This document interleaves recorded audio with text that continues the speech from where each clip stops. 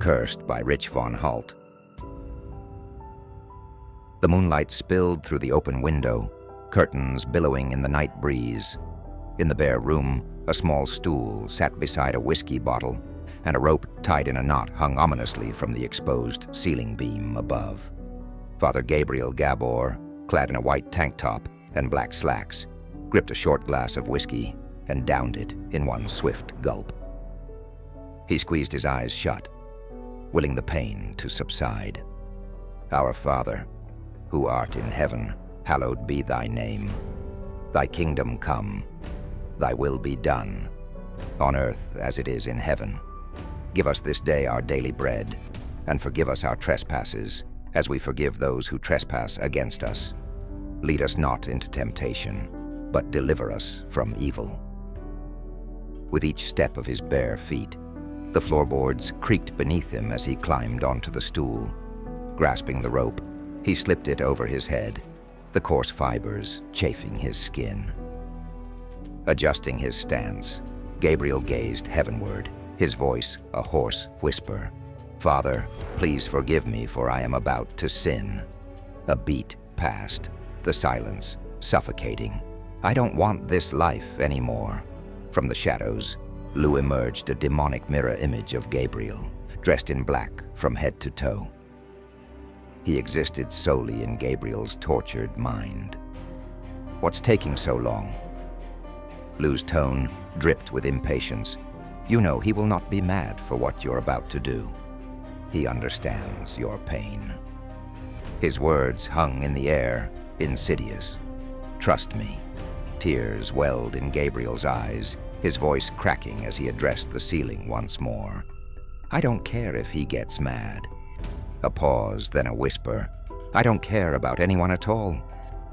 Lou watched, his gaze unwavering, as Gabriel's feet trembled on the stool. In a heartbeat, the stool tipped, striking the whiskey bottle.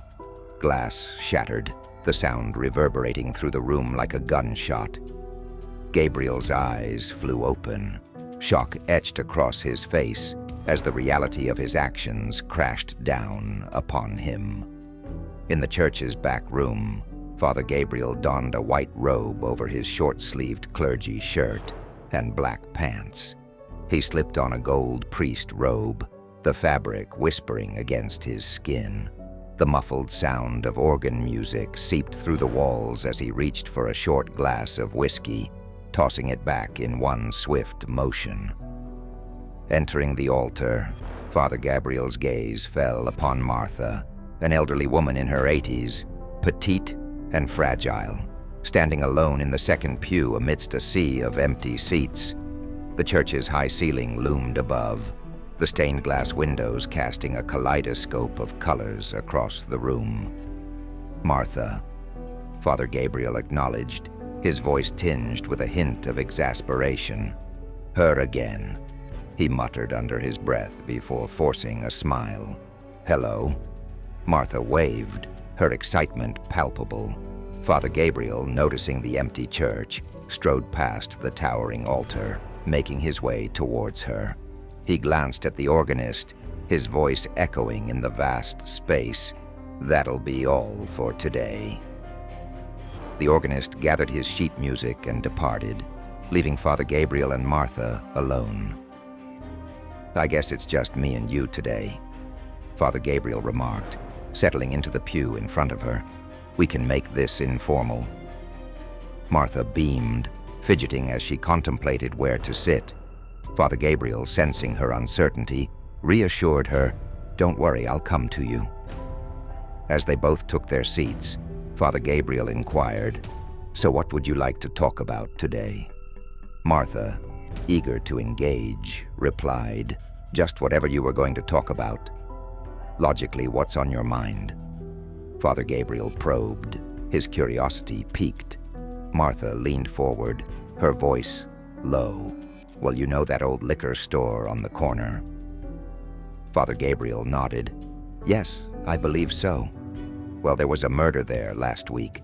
One of those working girls, Martha revealed, her eyes widening. Father Gabriel raised an eyebrow, caught off guard by the sudden shift in conversation. Martha, realizing the impropriety of her words, clasped her hand over her mouth, glancing around furtively. "You know, women of the night." Father Gabriel chuckled, attempting to put her at ease. "It's all right." Martha, emboldened by his reaction, continued, "Well, anyway, she went in there late and never came out." "So she wasn't murdered, then? She's missing?" Father Gabriel questioned, trying to piece together the story. "No, that's the last place she was seen. Her body showed up days later in that empty lot," Martha clarified, her voice trembling slightly. Father Gabriel regarded her with a perplexed expression, unsure of how to respond. Martha, sensing his unease, pressed on. "Can you believe stuff like that happens in our neighborhood? Component, placement, bad things happen all the time in places you wouldn't expect," Father Gabriel replied, his tone somber. Martha's eyes softened. "I just feel bad for that poor girl. Working girl or not, she was innocent and didn't deserve that." She paused, her voice barely a whisper. "We're all God's children." "Well," Father Gabriel began, but Martha interrupted. "This neighborhood used to be a safe place," she lamented. "The only place I feel safe is here." Martha reached out, placing her hand on his. Father Gabriel glanced down at the unexpected contact. "That makes for one of us," he muttered to himself. "What's that, dear?" Martha inquired, not quite catching his words. Father Gabriel looked up, meeting her gaze. "I'm glad you're here," he replied, forcing a smile. Later on the bus, Father Gabriel sat near the front, a blue bomber jacket concealing his clergy shirt. Lou, his ever-present companion, stood opposite him, gripping the rails, clad in black from head to toe. A young mother and her small daughter boarded the bus, searching for a seat. Father Gabriel, lost in thought, kept his eyes fixed straight ahead, showing no inclination to offer his seat. The mother and daughter walked past him, making their way towards the back of the bus. Lou, surprised by Father Gabriel's lack of chivalry, remarked, "You made her go all the way towards the back." "I'm tired," Father Gabriel responded, his voice flat, his gaze unwavering. Lou smirked, a glimmer of amusement in his eyes, as the bus rumbled on through the city streets. In the bustling soup kitchen, a line of people snaked toward the counter, their faces etched with hunger and weariness. Others sat at long picnic tables, hunched over their meals, the clatter of utensils against plates filling the air.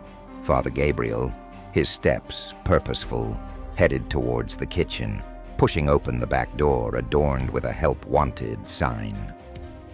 The break room was a small, dimly lit space, the only illumination coming from the light above the computer. Father Gabriel shed his jacket, hanging it on a hook next to the computer, and reached for an apron draped over the chair. As he tied it around his waist, he delved into his jacket pocket, retrieving a mini bottle of Jack Daniels, a glimmer of anticipation in his eyes. Lou, ever present, lurked in the corner, his form barely discernible amidst the stacked boxes. "You might want to save some. We're running low," he cautioned, his voice a whisper in the shadows. "Leave me alone," Father Gabriel snapped, tossing back the contents of the bottle in one swift motion. He discarded the empty container, his focus shifting to the task at hand. Back in the main area, Liz Shepard, a woman in her 40s with short, dirty blonde hair, is wearing jean shorts that were cut from pants and a blue button-down shirt that's way too big for her. She has a small tattoo of the name Arlo on the left side of her neck. She stands in line, her eyes fixed on the counter. Father Gabriel emerged, his gaze downcast, as he greeted the next guest. "Hi, can I get you something?" "Yeah, everything, please," Liz replied, her voice tinged with exhaustion. Father Gabriel mechanically piled food onto a plate, handing it to her without a glance. "Thank you, Father," Liz murmured, but her words went unacknowledged as he moved on to the next person in line. Liz made her way to a table, settling down to eat. Moments later, Magdalena, a trans woman in her early 30s with a dark complexion and wild, curly hair, plopped her tray down beside her. "Girl, you won't believe what I just got," she exclaimed, her eyes sparkling with mischief. "What is it now, Mags?" Liz asked between mouthfuls, her curiosity piqued. Magdalena reached into her purse, producing a gleaming Rolex. "A Rolex," she announced, her voice barely above a whisper. Liz's eyes widened, her fork pausing midair. "You better put that away before someone sees it." Magdalena smirked, tucking the watch back into her purse. "I'm going to get rid of it before anyone notices." She pulled out a compact mirror, examined her reflection, and dabbed powder on her face. "And with the money, I'm going to get new extensions." "You look fine, Mags," Liz reassured her, a smile tugging at the corners of her mouth. Magdalena snapped the compact shut, gesturing with it for emphasis. "Yes, but I can always look finer. And so can you, Liz." Liz laughed, shaking her head. "Shut up. I'm just saying, you're not getting younger. And the men, well, they like 'em young-looking." Magdalena pointed out. "I'm doing okay," Liz countered, her voice tinged with defensiveness. Magdalena glanced down at their trays, her nose wrinkling in distaste. "Liz, what are we eating?" "I think it's chicken," Liz replied, prodding the unappetizing lump on her plate. "Ugh, we can't be doing this forever. I'm getting mine and going to find me a rich white man and settle down," Magdalena declared, her voice dripping with determination. Liz raised an eyebrow. "So your knight in shining armor is an old white guy? He's not going to leave me like some of these broke-ass niggas," Magdalena retorted, her laughter echoing through the room. "Men are men," Liz muttered, her tone tinged with bitterness. "Yeah, but I can still get half. You feel me?" Magdalena grinned, her eyes dancing with mirth. Liz's shoulders sagged. She set down her food, wiping her mouth with a napkin. Suddenly, a commotion erupted in the distance. A teenage girl and her mother engaged in a heated argument, their voices rising above the din of the soup kitchen. "I don't want to eat this," the girl shouted, her face contorted with anger. "I'm tired of coming here. Why can't you get it together?" The mother sank into a chair, her body racked with sobs. Magdalena shook her head, her expression a mix of pity and disdain. That's why I don't have kids." She turned to Liz, her gaze intense. "Sorry, I didn't—" "It's okay," Liz interjected, shrugging her shoulders in a futile attempt to brush off the pain. Magdalena, sensing the shift in mood, changed the subject. "You want to come and get a manicure with me?" "Zrinya." "No, I have to be somewhere," Liz replied, her tone curt. "New client?" Magdalena probed, her eyebrows raised in question. "No," Liz snapped, her patience wearing thin. Magdalena rolled her eyes, exasperation written across her features. "Liz, you can't be doing this to yourself. You have to let Daryl go. He's never going to leave his wife." Liz stood abruptly, her chair scraping against the floor. "Magdalena, not everyone can steal Rolexes," she retorted, snatching up her tray and stalking towards the trash can. "I'm just saying," Magdalena called after her, unfazed by the outburst. Liz paused, her shoulders slumping in defeat. "I'll see you tonight, right?" "Swingin' sure," Magdalena replied, waving her hand dismissively. "'Kay, girl, bye." Liz turned on her heel and exited the soup kitchen. Magdalena, undeterred, continued to eat. The bus rumbled through the city, its headlights cutting through the darkness. Father Gabriel disembarked, his feet hitting the pavement with a dull thud. He strode along the streets, his steps echoing in the night.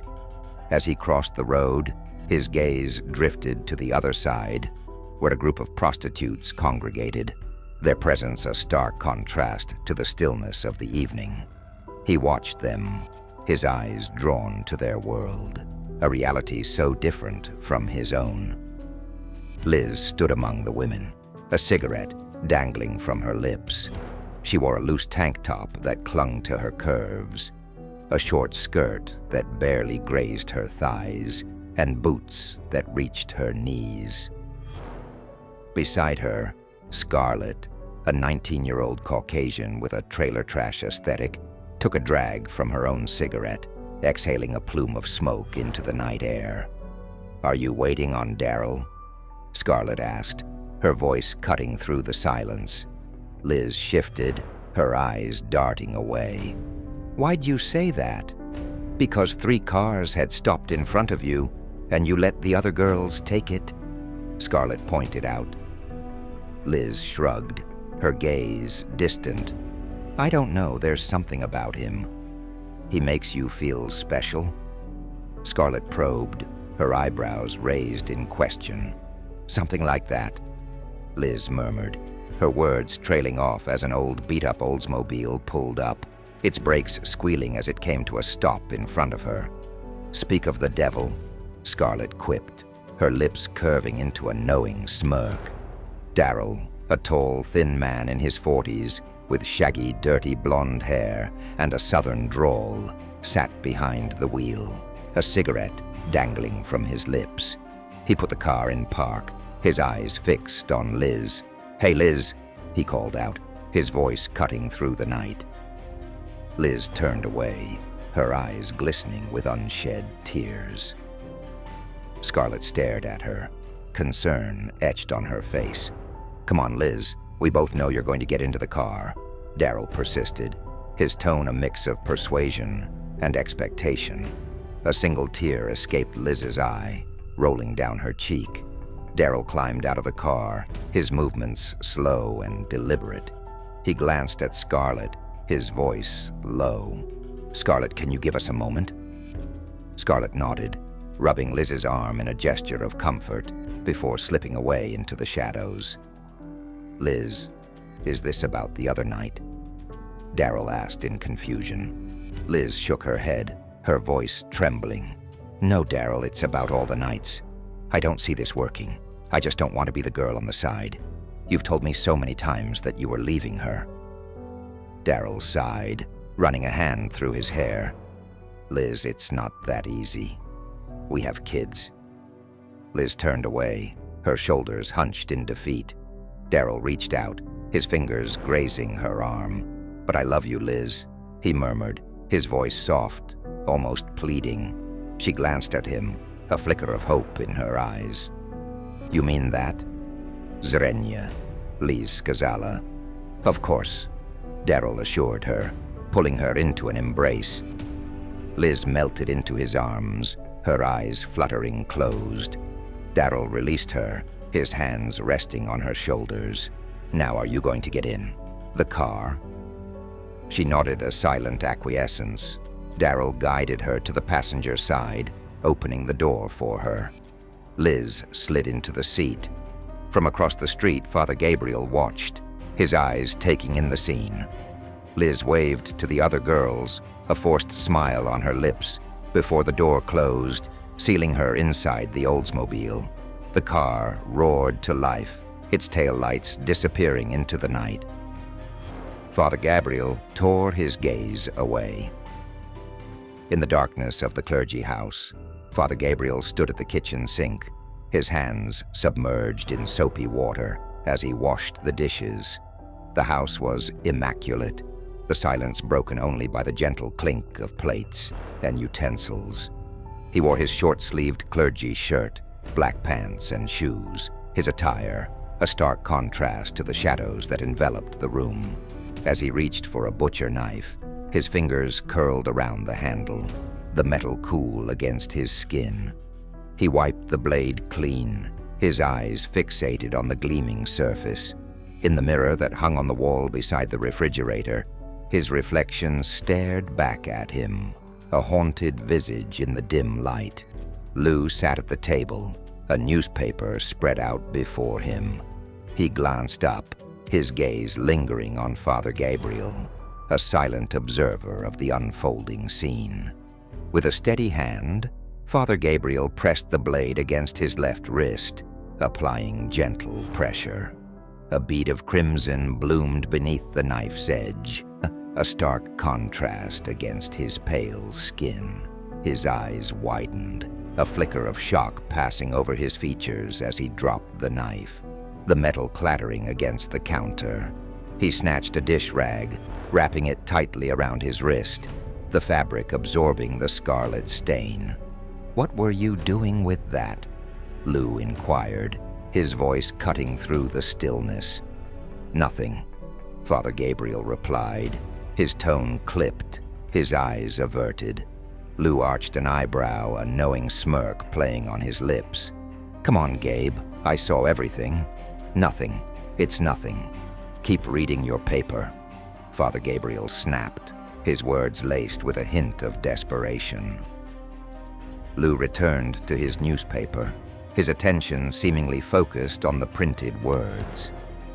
"I'm proud of you," he murmured, the words hanging in the air like a twisted benediction.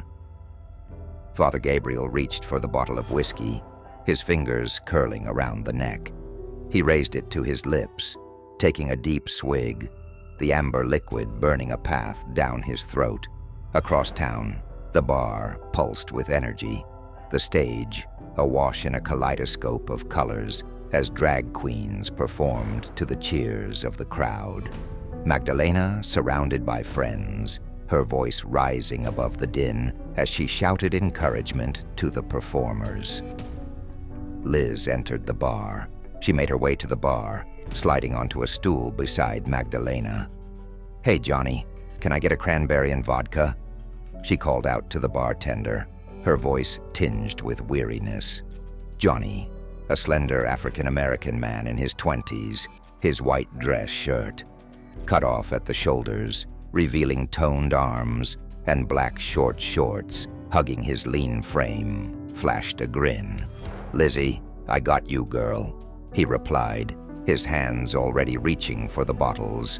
Magdalena swiveled on her stool, her eyes widening as she caught sight of Liz.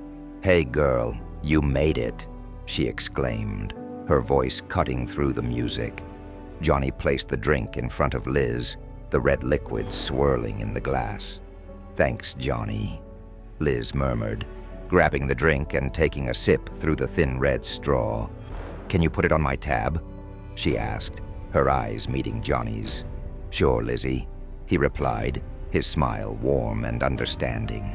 Magdalena waved a hand, her bracelets jangling.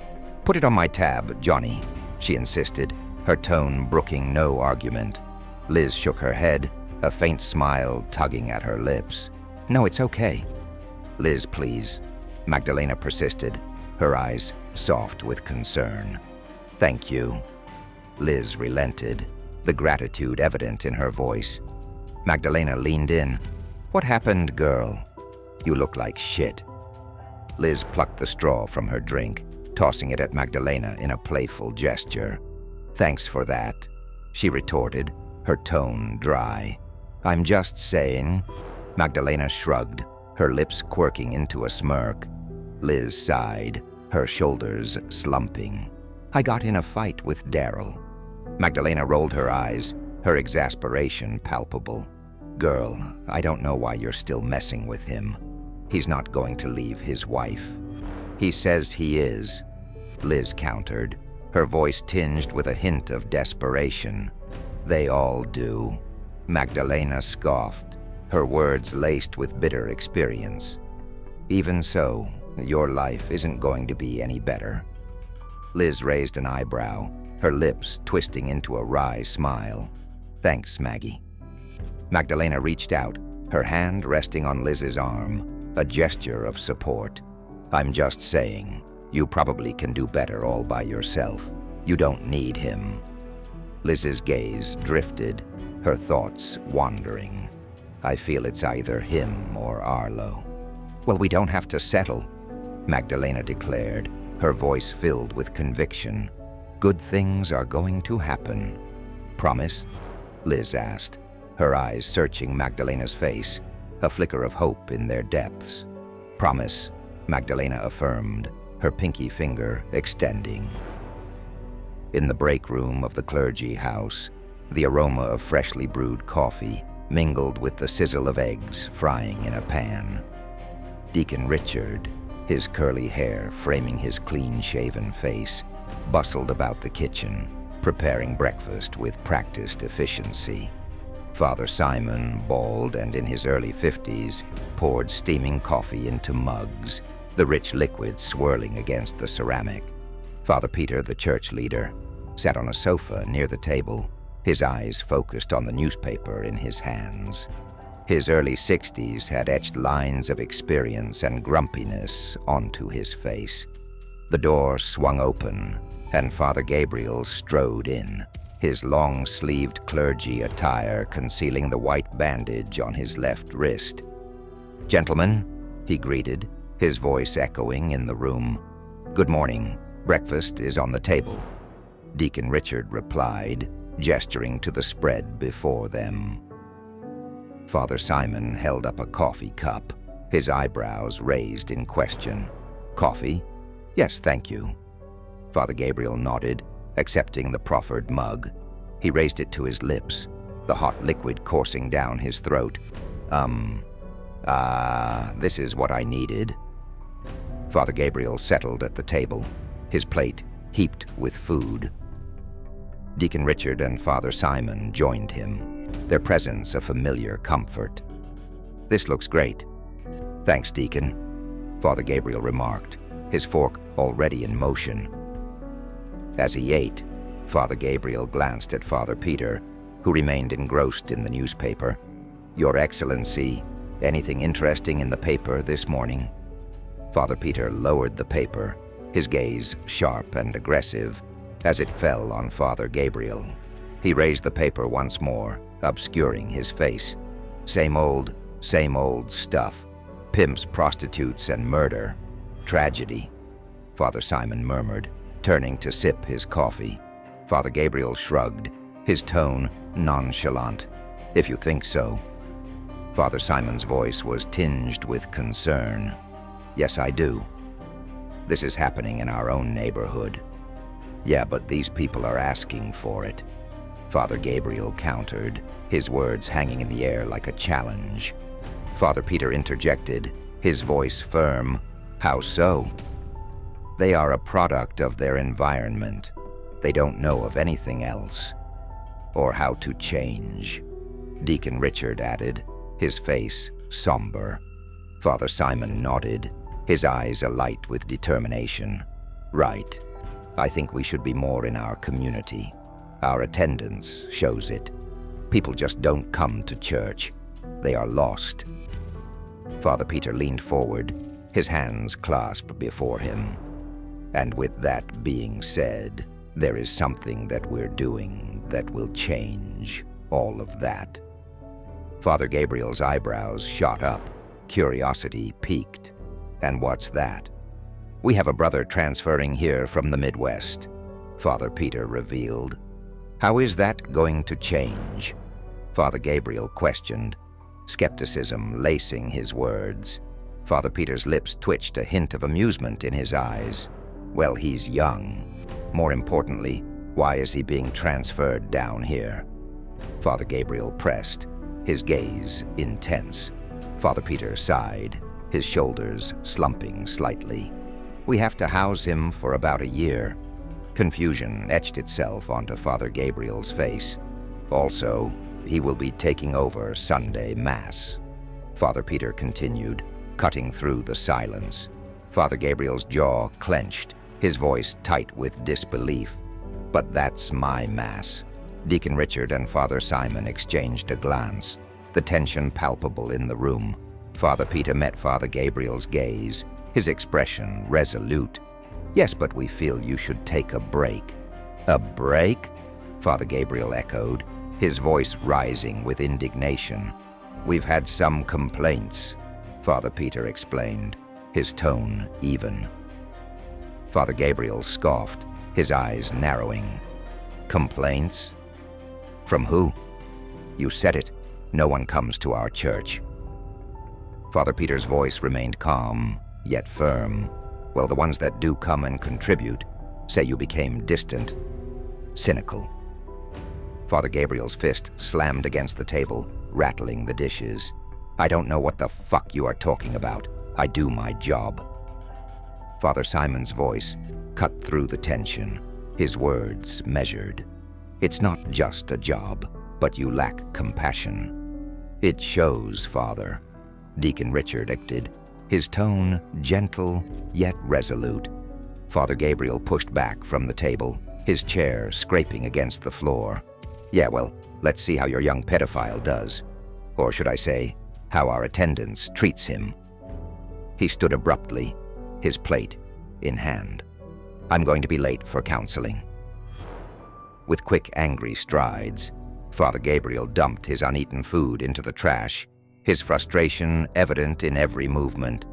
He stalked towards the exit, his words dripping with sarcasm. Thanks for the breakfast. The door slammed behind him, the sound reverberating through the room. In the counseling quarters of the church, Father Gabriel sat behind a desk, his gaze distant as Jacob and Rachel, a young couple in their mid-20s, bickered incessantly. Their voices rose in volume, filling the room with a cacophony of frustration and anger. Father, Jacob's voice cut through the noise, demanding attention. Father, Rachel echoed, her tone equally insistent. Father, they shouted in unison, their voices merging into a desperate plea. Father Gabriel was startled, his eyes snapping to the couple before him. They stared at him, their gazes intense, expectant. Yes? Father Gabriel asked, his voice flat, devoid of emotion. Rachel's eyes narrowed, her words laced with accusation. Were you even listening? Зрение. Да, разумеем, отговорил отец Гавриил, тон ему неубедителен. Jacob leaned forward, his hands gesticulating wildly. Father, we're having a hard time. We're about to get married, and all we do is fight. We fight over the color of flowers, tablecloths, lighting, music. Number of guests, food. Rachel interjected, turning to Father Gabriel. All I want him to do is participate. Jacob scoffed, his gaze shifting to Rachel. Yeah, but that's women's stuff. I have to worry about how I'm going to pay for everything. He turned back to Father Gabriel, his voice tinged with bitterness. Her father's not helping. Rachel's eyes flashed, her words sharp. You're not doing it entirely alone. Swing. Well, it feels like it, Jacob retorted, his jaw clenched. Rachel shot Jacob a withering glare, her anger palpable. She stood abruptly, her chair scraping against the floor as she stormed out of the room. Thanks, Father, Jacob muttered, his tone dripping with sarcasm as he followed after her. Father Gabriel reached for the bottom drawer of the desk, his fingers curling around the neck of a bottle of Irish whiskey. He retrieved a small glass and poured the amber liquid until it reached 3/4 full. Raising the glass in a mock salute to Lou, who sat across from him, Father Gabriel downed the whiskey in one swift motion, the burn of the alcohol searing his throat. Later on the bus, Father Gabriel sat towards the back, his gaze fixed on the world outside the window. Lou's voice broke through his thoughts. Why didn't you want to help that couple? Zrenya, because they're kids. They'll figure it out. Why waste my breath? Father Gabriel replied, his tone dismissive. Lou's laughter filled the space between them, a twisted sound that echoed in Father Gabriel's ears. He continued to stare out the window. In the break room of the soup kitchen, Father Gabriel shrugged off his jacket, reaching for an apron. As he tied it around his waist, Lou's voice cut through the silence once more. "What are you going to do about the new priest?" Father Gabriel's lips twisted into a bitter smile. "What can I do? They want to allow a rapist in the church and take my Sunday Mass. Oh well, it's not like I care about the sermon anyway. He sounds delightful. I like him already," Lou remarked, his tone dripping with sarcasm. "Fuck you, Lou," Father Gabriel snapped, his hand delving into his jacket pocket. His fingers closed around empty space, and he cursed under his breath. "Fuck." "What's the matter?" Lou inquired, his eyebrows raised in mock concern. "My travel bottles. I'm out," Father Gabriel muttered, his frustration evident. "Remind me when we're done here." "Zrение. Да, сигурно, шеф." Lou odgovoril, glasit mu bil laskal s malku zabaven ton. Father Gabriel's shoulders slumped. In the bustling main area of the soup kitchen, Father Gabriel served the homeless, his movements methodical, almost mechanical. He ladled food onto waiting plates, his right hand bearing the burden while his left remained still at his side. Amidst the sea of faces, Liz sat at a table, her focus on the meal before her. Magdalena plopped down beside her, her usual exuberance notably absent. "What, no lunch?" Liz inquired, her eyebrows raised in question. Magdalena shook her head, her voice strained. "Not today, girl." Liz's gaze swept over Magdalena's face, taking in the dark circles beneath her eyes and the pallor of her skin. "You look like shit." "Haha, funny," Magdalena retorted, her tone flat, devoid of humor. "What happened to you?" Liz pressed, concern etched in the lines of her face. Magdalena's lower lip trembled, her eyes glistening with unshed tears. "I got jacked, girl." "Swing. Your Rolex?" Liz asked, her voice softening. "Yep," Magdalena confirmed, a sob escaping her throat. "They got my savings, too." Liz reached out, her hand resting on Magdalena's shoulder, a gesture of comfort amidst the chaos. "Oh, Maggie." Magdalena leaned into Liz's touch, her voice with desperation. "Liz, we can't do this anymore. We weren't meant for this. Let's get out of this city. I don't have any family. You don't have any family. Let's be roommates like Monica and Rachel." Liz withdrew her hand, her gaze dropping to the table. I can't leave Arlo." "Zrenia. Arlo даже не заметит. He has so many girls working for him," Magdalena argued, her tone laced with frustration. "He's been there from the beginning. I'm sorry, Mags," Liz murmured, her words tinged with regret. "I have to get going." Liz stood abruptly, her chair scraping against the floor as she exited, leaving Magdalena alone, her disbelief palpable in the silence that followed. "Liz," Magdalena called out, her voice barely above a whisper, lost in the din of the soup kitchen. Across the room, Scylla, the manager in her mid-40s, surveyed the scene, her gaze landing on Father Gabriel. She noticed the way he favored his right hand, his left hanging limply at his side. With purposeful strides, she made her way around the counter, approaching him. "Next," Father Gabriel called out, his voice flat, devoid of emotion. A person stepped forward, their plate extended. Father Gabriel picked up a scoop of creamed peas, shaking them onto the waiting dish. "Would you like some?" Scylla tapped him on the shoulder, her touch gentle yet insistent. Father Gabriel turned, his eyes meeting hers. "Yes, Scylla." "Father, can I speak to you for a minute?" Scylla asked, her tone serious. "Sure," Father Gabriel replied, setting the ladle down in the creamed peas. In the break room, Scylla settled into her chair behind the desk, gesturing to another seat. "Here, Father, have a seat."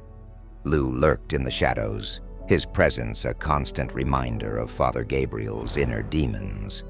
Father Gabriel sank into the offered chair, his shoulders slumped. "Father, is everything okay?" Scylla inquired, her gaze probing, searching for answers. "Yes, everything's good," Father Gabriel replied, his words ringing hollow, even to his own ears. Scylla leaned forward, her elbows resting on the desk. "I noticed you haven't been using your left arm all day today, and when you did, there's a noticeable white bandage around your wrist. Now, I'm not one to judge, but you smell heavily of alcohol. I let it go because half the people in here smell of alcohol, but you hurting yourself really concerns me." Father Gabriel shifted in his seat, his eyes darting away from Scylla's piercing gaze. "I didn't hurt myself. What would make you think that?" "Father, please, I'm concerned. What can I do to help you?" Scylla pressed, her voice softening, laced with genuine worry. "There's nothing you can do to help me," Father Gabriel muttered. Scylla stood, her chair scraping against the floor. As she moved towards the door, she turned, her eyes meeting Father Gabriel's once more. "I can't have you on the floor in your condition. I think it's best you clean up. You're always welcome here." She paused, her hand on the doorknob. "Take care of yourself, Father." Father Gabriel nodded, his gaze fixed on the empty seat before him, the echoes of Scylla's concern lingering in the air. As the door clicked shut, Lou's voice cut through the silence. "Man, your luck is wearing thin." "I know," Father Gabriel murmured, his voice barely audible. "You're kind of a piece of shit," Lou remarked, his words dripping with disdain. Father Gabriel's shoulders slumped further, his voice with defeat. "Feels that way. Is this his way of telling me it's time?" Lou's laughter filled the room, a twisted sound that sent shivers down Father Gabriel's spine. "I don't think there's a better time than now. At this point, who's going to miss you?" Father Gabriel turned, his eyes meeting Lou's, a flicker of determination amidst the despair. "All right, let's go get some booze." With those words, Father Gabriel rose from his seat and followed Lou out of the break room. In the dimly lit Motel 6 room, Liz straddled Daryl, her naked body glistening with sweat. Her wild hair cascaded down her back as she threw her head towards the ceiling, lost in the throes of passion. "Yes," she moaned, her voice a breathless whisper. "Yes." Suddenly a deep snore pierced the air. Liz's eyes snapped open, her gaze falling on Daryl's sleeping form beneath her. Shock and disbelief coursed through her veins as she brought her hand down, slapping him hard. "Daryl!" she shouted, her voice laced with anger and frustration. Daryl jolted awake, his eyes bleary with sleep. "Oh, sorry, I must have fallen asleep," he mumbled, his words slurred. "How?" Liz demanded, her eyes narrowing in disbelief. Daryl shrugged, his tone nonchalant. "What can I say, Liz? I'm really tired, and this isn't doing it for me tonight. There's money on the dresser. Take it. I need to get some sleep." Liz dismounted him, her movements sharp and angry as she gathered her clothes, hastily dressing herself. "I hope you're not this much of a pig to your wife." She spat. Daryl merely rolled over, his back to her, dismissing her presence. Liz stood there, disgust etched on her face, as she snatched the money from the dresser and stormed out of the room. Outside, the streets were alive with the pulse of the city. Liz walked briskly, a cigarette dangling from her lips as she fought back tears. Across the street, she spotted Allie and Candy, two young prostitutes in their 20s, their scantily clad bodies a stark contrast to the gritty surroundings. Allie, an African-American woman with brownish blonde hair, wore short shorts that barely covered her curves. Candy, a Hispanic American with bleach blonde locks, donned a tight leather outfit that left little to the imagination. "Hey, Lizzie, what's good?" Allie called out, her voice carrying across the street. Candy's eyes widened as she noticed Liz's tear-stained face. "You been crying? What happened?" "Zarinya, was it Daryl?" Ally asked, her tone laced with concern. "We'll get Arlo. He'll have him killed." Candy offered her words a promise of retribution. Liz shook her head, wiping away the tears with the back of her hand. "No, girls, it's okay. Nothing happened. Daryl's out of my life." Candy nodded, her lips curving into a smile. "Good. You don't need that kind of man in your life." Allie chimed in, her voice filled with youthful exuberance. "Girl, just use these guys for what it's worth. Get yours." Liz's gaze swept over the two young women, a wistful expression on her face. She reached out, touching Candy's hair, her fingers running through the silky strands. "You guys are young and beautiful. Look at this hair. It's gorgeous." Allie pointed to a car creeping up the street, its headlights cutting through the darkness. "Come on, Lizzie, you still got it. Come on, get this next one here." Liz stepped back, shaking her head. "I'm going to take a break tonight. I'm a bit thirsty. I'll see you later." She turned and walked away. Candy watched her go, her lips pursed in disapproval. She needs to get to work. Arlo's going to be pissed," Allie agreed. The two young women sauntered towards the approaching car, their hips swaying, ready to ply their trade in the unforgiving streets.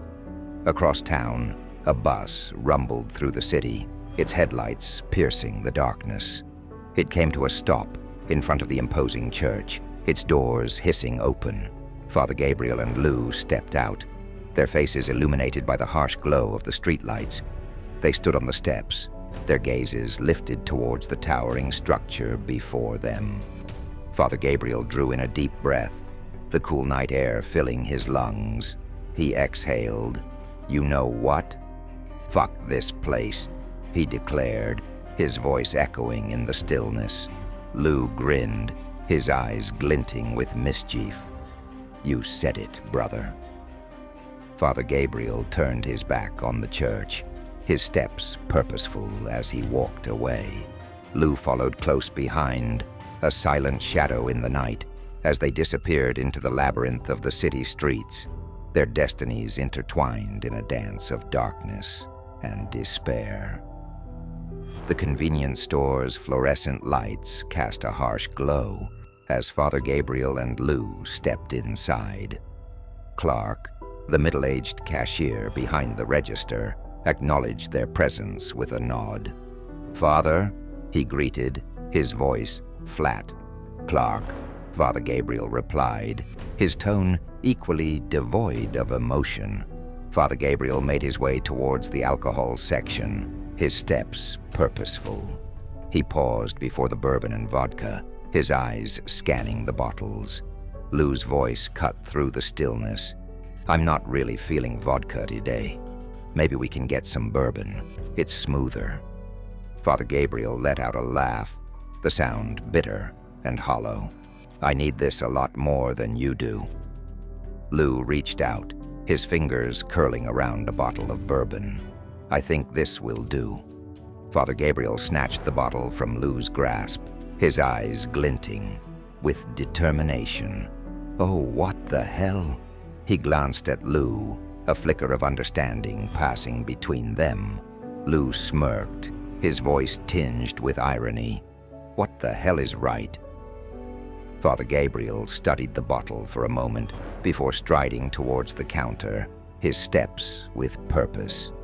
"You only live once," he muttered, his words laced with a twisted sense of finality.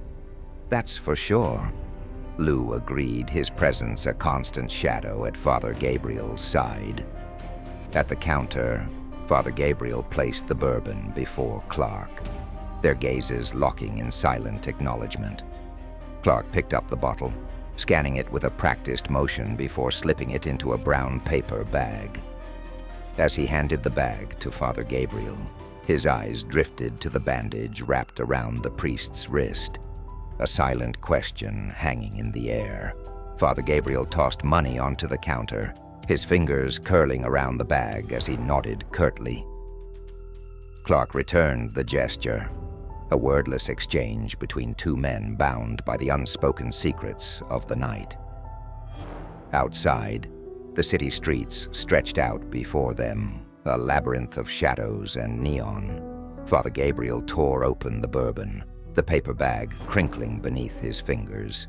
He raised the bottle to his lips, the amber liquid burning a path down his throat. Lou's voice drifted through the night air, a twisted echo of Father Gabriel's thoughts. "What will you do on Sunday?" "Sunday?" Father Gabriel repeated, his voice with disdain. "They got the new guy coming in. Fuck Sunday." "What about Martha?" Lou pressed, his tone mocking. Father Gabriel barked out a laugh, the sound harsh and grating. "You think I give a shit about that little old woman?" Lou's eyebrows shot up, a silent challenge. "What about him?" Father Gabriel's eyes hardened, his jaw clenching. "I lost respect for him a long time ago. This whole place is going to shit, and everyone in it." Lou's laughter filled the night, a twisted soundtrack to Father Gabriel's descent. "So no one cares. Just that sad old lady. That's sad." Father Gabriel raised the bottle once more, the bourbon sloshing against the glass as he took another deep swig, the liquid coursing through his veins. Across town, Liz approached the convenience store, her steps weary. Sammy, a tall, slender African-American man in his 20s, lounged against the ice machine, his eyes narrowing as he spotted her. "Lizzie Boo," he called out, his voice smooth as silk. "Sammy," Liz acknowledged, her voice flat. She made her way over to him, her movements with exhaustion. Sammy leaned in, his eyes glinting with promise. "You lookin'? Swing. I need something," Liz replied, her words tinged with desperation. Sammy's lips curved into a knowing smile. "I got you, girl." He reached into his pocket, his hand emerging with a small bag. He pressed it into Liz's palm, his fingers lingering against her skin. "Here's some nose candy for you." Liz shook her head, her eyes dull. "I don't do candy." "That's all you, baby girl," Sammy insisted, his voice a seductive purr. "It'll take the pain away." Liz hesitated, her mind whirling. "Fuck it," she muttered, her voice barely above a whisper. "Is there some place I can do this now?" "Come on," Sammy urged, his hand on the small of her back as he guided her around the back of the store. Inside Sammy's car, a tan 1988 Lincoln Town car, Liz slid into the passenger seat, her movements sluggish. Sammy settled behind the wheel, his presence a looming shadow.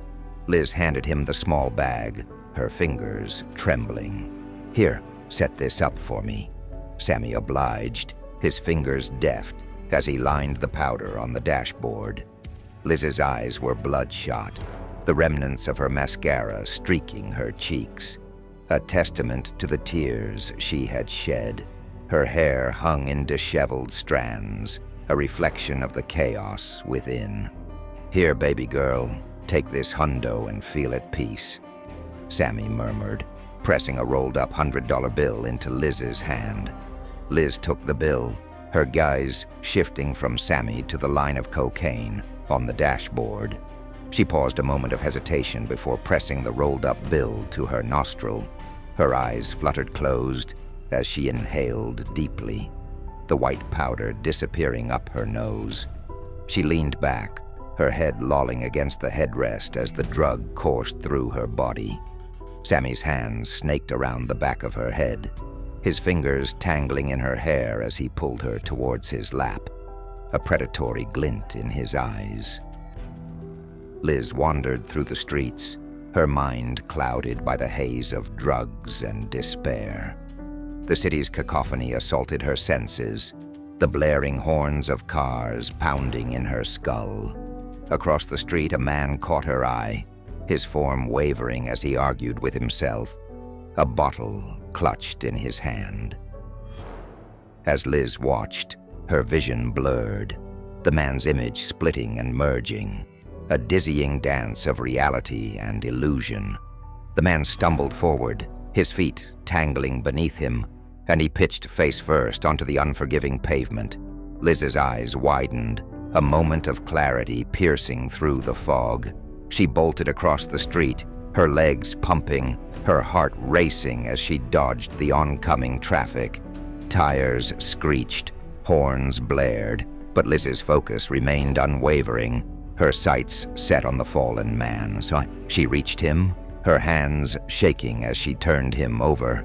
A gash marred his forehead, blood pooling on the pavement, and a crimson stain spreading beneath him. His eyes were closed, his face ashen, his body limp in her arms. Liz's gaze darted around, her voice rising in a desperate plea. Somebody help. The world faded to black, the chaos of the streets giving way to the stillness of a bedroom. Father Gabriel's eyes fluttered open, his surroundings unfamiliar, his mind groggy. He rubbed his eyes, wincing as he attempted to sit up, his body protesting the sudden movement. Liz appeared at his side, her hand gentle on his shoulder. Not so. Fast, she cautioned, her voice soft. Where am I? Father Gabriel asked, his words slurred, his mind struggling to piece together the fragments of his memory. You hit your head, Liz explained, her eyes filled with concern. Father Gabriel shifted, a pressing need making itself known. I gotta pee, he mumbled, his words tinged with urgency. Liz extended her arm, a silent offer of support. Okay, take my arm, she instructed, her voice calm and reassuring. Father Gabriel grasped her arm, his fingers curling around her skin as he slowly rose to his feet. Liz guided him, her steps measured, her presence a steadying force in the unfamiliar surroundings. They made their way down the hallway, Liz's apartment a maze of shadows and muted colors. She led him to the bathroom, her arm outstretched, a silent beacon in the dimness. Father Gabriel pushed open the bathroom door, his movements sluggish, his mind still foggy. Liz waited patiently outside, her ears straining for any signs of distress and worry. The door creaked open, and Father Gabriel emerged, his face pale, his eyes glazed. Liz extended her arm once more, ready to guide him back to the sanctuary of the bedroom. I think I can manage, Father Gabriel muttered, brushing past her, his steps unsteady. Liz followed close behind, her presence a silent guardian, ready to catch him should he falter. They entered the bedroom, the space filled with a stillness. Okay, Liz said, her voice soft, her arm falling to her side. I think it's best you stay here. Father Gabriel shook his head, his jaw clenched with stubbornness. Number I should get going, he insisted, his words laced with a desperate need to escape, to flee from the unfamiliar surroundings and the concern in Liz's eyes. He took a step forward, his balance faltering, his vision swimming. Liz's hands shot out, grasping his arms, steadying him as he swayed. Whoa, she murmured, her voice tinged with worry. Let's sit down for a second. Father Gabriel sank onto the bed, his mind reeling. Liz's hand rested on his shoulder, a gentle pressure, a silent reassurance. Just lay down for a minute, she urged, her words soft, her eyes filled with a quiet understanding.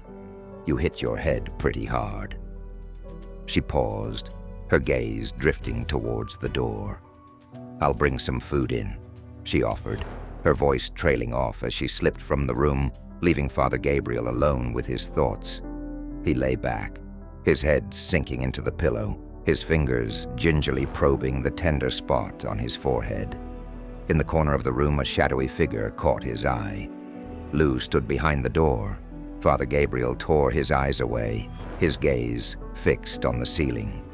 In the kitchen of Liz's apartment, the sizzle of breakfast filled the air, mingling with the soft strains of music that drifted through the space.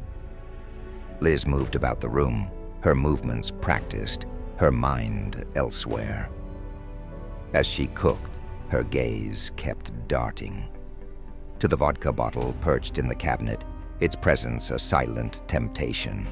With each passing moment, the pull of the alcohol grew stronger until Liz could no longer resist. She lunged for the bottle, her fingers wrapping around the neck as she wrenched it open. In one swift motion, she raised it to her lips, the clear liquid burning a path down her throat as she gulped it down. Leaning against the counter, Liz squeezed her eyes shut, the world around her fading into a haze. She stood there, motionless, the silence broken only by the pounding of her own heart.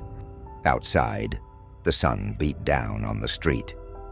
Liz emerged from the house, a cigarette dangling from her lips. She took a deep drag, the smoke curling around her face as she exhaled. "How's your friend?" Dan called out, his voice cutting through the stillness.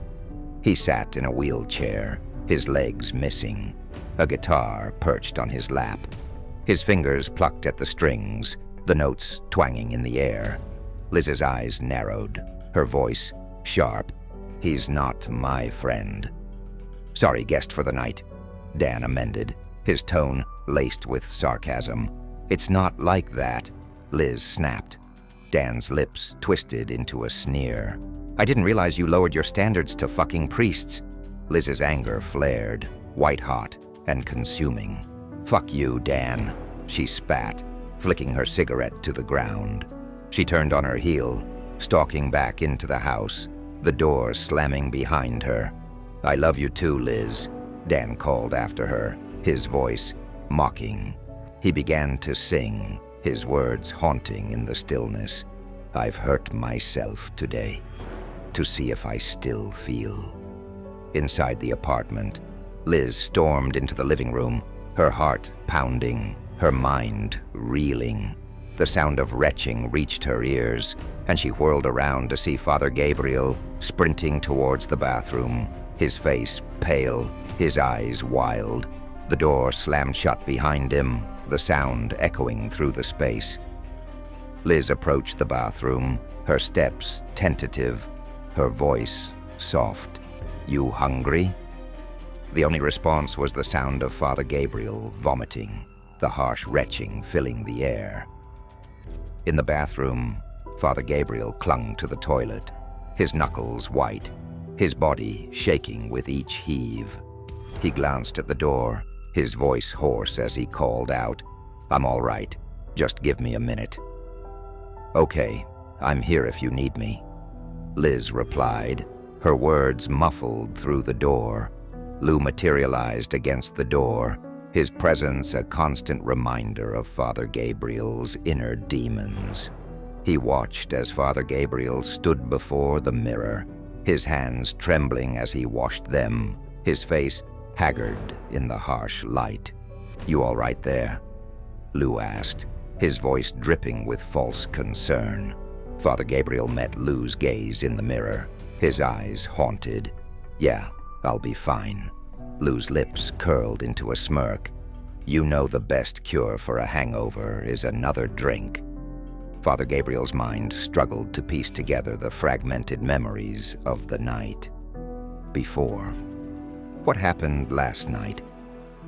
Component placement. "You were upset, and you fell," Lou replied, his words smooth, his tone nonchalant. Father Gabriel's eyes narrowed, suspicion creeping into his voice. "Fell? Or pushed?" Lou shrugged, his expression innocent.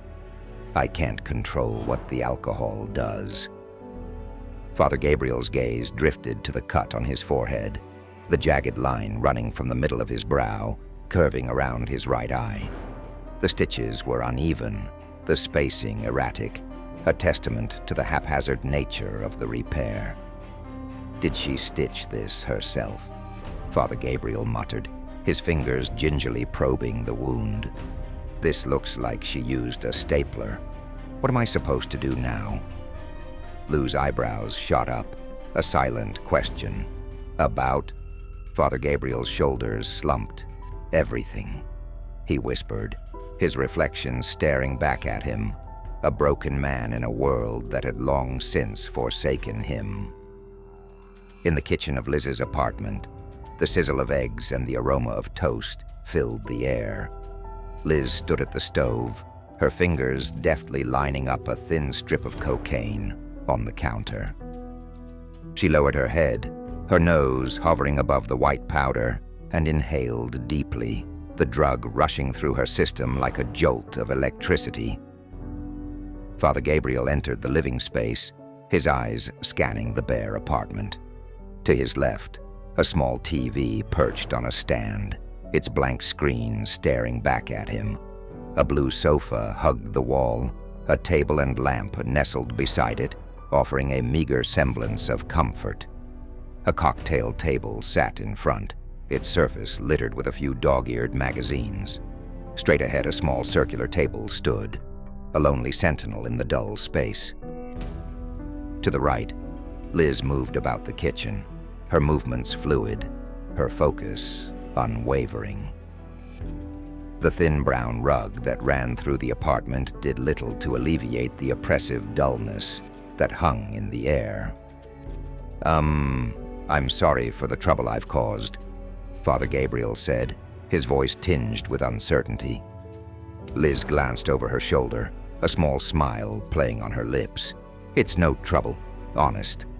I think I'm going to call a lift and get going," Father Gabriel continued, his feet shuffling towards the door.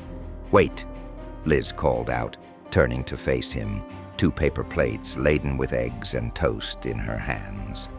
"Not without eating, please." She gestured towards the small dining table, her eyes pleading. Father Gabriel hesitated, his steps faltering as he made his way to the table. Liz placed a plate before him, the steam rising from the eggs, the toast a golden brown. "Let me go get you silverware," she said, moving towards the kitchen. "What would you like to drink?" she asked, her voice drifting from the other room. "We have water, coffee, milk, vodka." Father Gabriel picked up the toast, his fingers gingerly inspecting the underside. A flicker of disgust crossed his face, and he dropped it back onto the paper plate. "Coffee's fine," he replied, his voice flat. Liz returned, setting a mug of coffee before him. She handed him a plastic knife and fork, the utensils feeling flimsy in his grip. She settled into the chair opposite him, her own plate before her. Father Gabriel studied the plastic ware, a moment of silence stretching between them. Liz took a bite of her eggs, her eyes darting to his face. "Is everything okay?" she asked. "Yeah, great," Father Gabriel replied, his tone unconvincing. Liz's eyes widened, a sudden realization dawning on her. "Oh, I'm sorry. Should I have said grace?" Father Gabriel shook his head. "Number, you're fine. I don't think I actually say grace." He took a bite of his eggs, the flavor bland on his tongue. "So how long have you been a priest?" Liz asked, her curiosity piqued.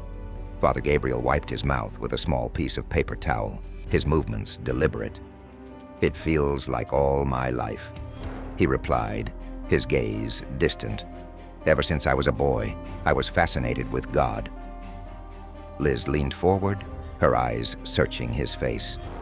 "So you've never been with a woman?"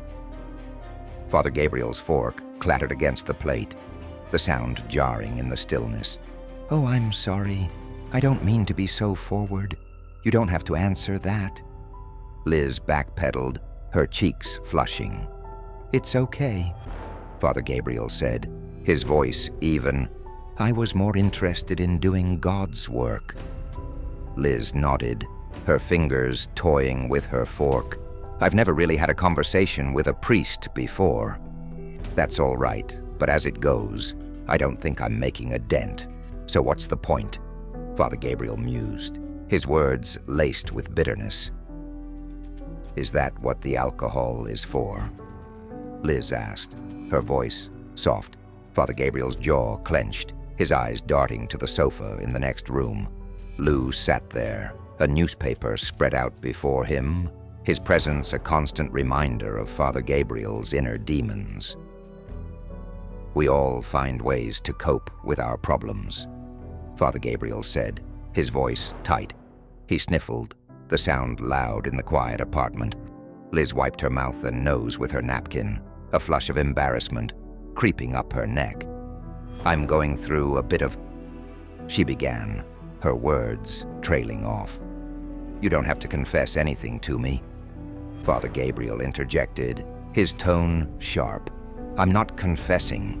I'm just stating—" Liz tried again, her voice rising. "I don't really care," Father Gabriel snapped, his words cutting through the air like a knife. "You're not a nice priest," Liz said, her voice barely above a whisper. "Why? Because I don't want to hear your problems?"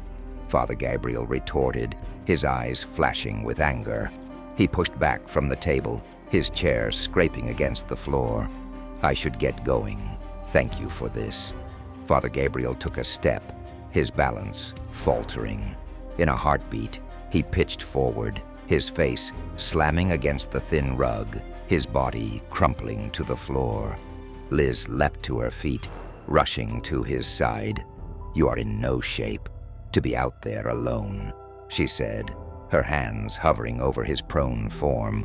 The stitches on his forehead had split open, fresh blood seeping from the wound, staining the carpet crimson. "Ah, great. Your stitches opened up," Liz muttered, her fingers gently probing the gash. "My what?" Father Gabriel mumbled, his eyes fluttering closed. In the shadowy confines of Liz's bedroom, Father Gabriel lay on the bed, his eyes fixed on the ceiling, his mind a tangled web of thoughts. Lou's voice drifted through the air, a disembodied presence that seemed to emanate from the very walls. "This is a new you," Lou remarked, his tone laced with a hint of amusement. Father Gabriel's gaze shifted to the window where Lou stood, a silhouette against the night sky. "What do you mean?" "Well, you're listening to a complete stranger," Lou pointed out, his lips curving into a smirk. A laugh escaped Father Gabriel's lips, the sound hollow and bitter. "It's been a long time since someone cared about me." "What about me?" Lou asked, his voice tinged with mock hurt. Father Gabriel shook his head, his eyelids growing. "I think I need some sleep," he muttered, his words slurring as exhaustion claimed him. The next day dawned, the sunlight filtering through the curtains, casting a soft glow across the room. Liz grabbed a glass of water and 2 aspirin in her hand. She placed them on the end table, the glass clinking against the wood. Father Gabriel stirred, his eyes fluttering open, his gaze falling on the offerings. "Oh, you're awake?" Liz asked, her voice soft. "I'm having trouble sleeping," Father Gabriel admitted, his voice rough with fatigue. He sat up, his movements slow and deliberate. He reached for the aspirin, popping it into his mouth before taking a sip of water. The cool liquid soothed his parched throat, but did little to ease. Liz watched him, her eyes filled with concern. "Better?" she asked, her voice barely above a whisper. Father Gabriel nodded, his gaze fixed on the floor, his mind a million miles away. "Okay," Liz said, her tone gentle. She hesitated for a moment before continuing. "I have to run some errands. Would you like to come? Some fresh air will do you good." She turned towards the door, her footsteps soft against the carpet. "Did you stitch me up?" Father Gabriel asked, his voice cutting through the stillness. Liz paused, glancing back at him over her shoulder. "Yeah, I used to be a nurse," she replied, a flicker of nostalgia in her eyes. "What happened?" Father Gabriel probed, his curiosity piqued. Liz shrugged, her gaze distant. "I had other things I needed to focus on, and it wasn't for me." Father Gabriel notices her net tattoo. "Did that hurt?" he said. His eyes shifted to her neck. "What this?" She moves her neck to show him. "Some would say it's similar to what you are feeling." She replies. "Yeah, right. Who's Arlo?" he asked. "He's someone important to me." She responded. "That's nice," he replies. Father Gabriel nodded, his mind already drifting to the prospect of leaving the suffocating confines of the apartment. "I'll get ready," he said, his words a promise. "Okay, see you in a few," Liz replied, a small smile playing on her lips as she slipped out of the room. Father Gabriel's gaze shifted to the opposite side of the bed, where Lou sat, his presence a constant reminder of the demons that haunted him. Lou's laughter filled the air, a twisted sound that grated on Father Gabriel's nerves. "Shut up," Father Gabriel snapped, his eyes flashing with anger. Lou held up his hands in mock surrender. "I didn't say anything," he protested, his voice dripping with innocence. Father Gabriel's jaw clenched, his fingers curling into fists. "I should blame you for the bourbon," he muttered, his words laced with bitterness. "You could have gotten anything you wanted," Lou countered, his eyebrows raised in challenge. Father Gabriel sighed, his shoulders slumping in defeat. "I guess I should get going," he said. "I guess you should," Lou agreed, his lips twisting into a smirk, his eyes glinting with a dark amusement. Father Gabriel pushed himself off the bed, his movements slow and painful, his body a testament to the toll his choices had taken. He moved towards the door. Liz and Father Gabriel emerged from the apartment, the sunlight harsh against their eyes. Dan, ever present, sat outside his door, his wheelchair a silent sentinel. "Liz," he called out, his voice cutting through the stillness. "Dan," Liz acknowledged, her tone flat. Dan's gaze shifted to Father Gabriel, a flicker of recognition in his eyes. "Father," he said, his voice tinged with a hint of mockery. Father Gabriel nodded, his jaw clenched, his steps quickening as they made their way towards Liz's beat-up 1970s Volkswagen Beetle. The blue paint was faded, the metal scarred with the marks of a life well lived. Liz slid into the driver's seat, the car's engines sputtering to life. Father Gabriel hesitated, his hand on the passenger door, his eyes taking in the mail envelopes that littered the seat. With a sweep of her arm, Liz sent them tumbling to the floor, a silent invitation. Father Gabriel's nose wrinkled in distaste as he lowered himself into the car, the scent of stale cigarettes and forgotten dreams assaulting his senses. The back seat was a jumble of clothes and high heels, a chaotic testament to Liz's life. A silver baby ballerina slipper dangled from the rearview mirror, a haunting reminder of innocence lost. As they navigated the streets of the neighborhood, Father Gabriel's gaze drifted out the window, taking in the signs of a less fortunate culture. His eyes narrowed, his lips twisting into a sneer of disdain. Liz brought the car to a stop at a red light, her fingers deftly extracting a cigarette from the pack. She lit it, the flame casting a fleeting glow across her face. "We never got a chance to introduce myself," she said, her words punctuated by a plume of smoke. "I'm Liz." "Gabriel," Father Gabriel replied, his voice clipped. Liz extended her hand, an offering of friendship. Father Gabriel hesitated, his fingers twitching before he reached out, his skin brushing against hers in a fleeting handshake. "Father Gabriel," Liz repeated, a hint of amusement in her tone. "Yeah, something like that," Father Gabriel muttered, his hand retreating to his lap, where he rubbed it discreetly against his pant leg, as if to wipe away the taint of her touch. The light turned green, and Liz eased the car forward, the engine sputtering in protest. Suddenly the car began to slow, the needle on the gas gauge dipping dangerously low. "Oh no, fucker never has any gas," Liz exclaimed, her voice laced with frustration. Father Gabriel's eyes scanned the street, his mind churning. "I think there's a gas station on the next block going west," he said, his words measured. Liz glanced at him, surprise etched on her face. "You know this neighborhood?" "I've been through it," Father Gabriel replied, his tone non-committal. Liz guided the car to the right, pulling into a gas station, the pumps standing like silent sentinels in the afternoon sun. She exited the car, her steps purposeful as she made her way to the pump.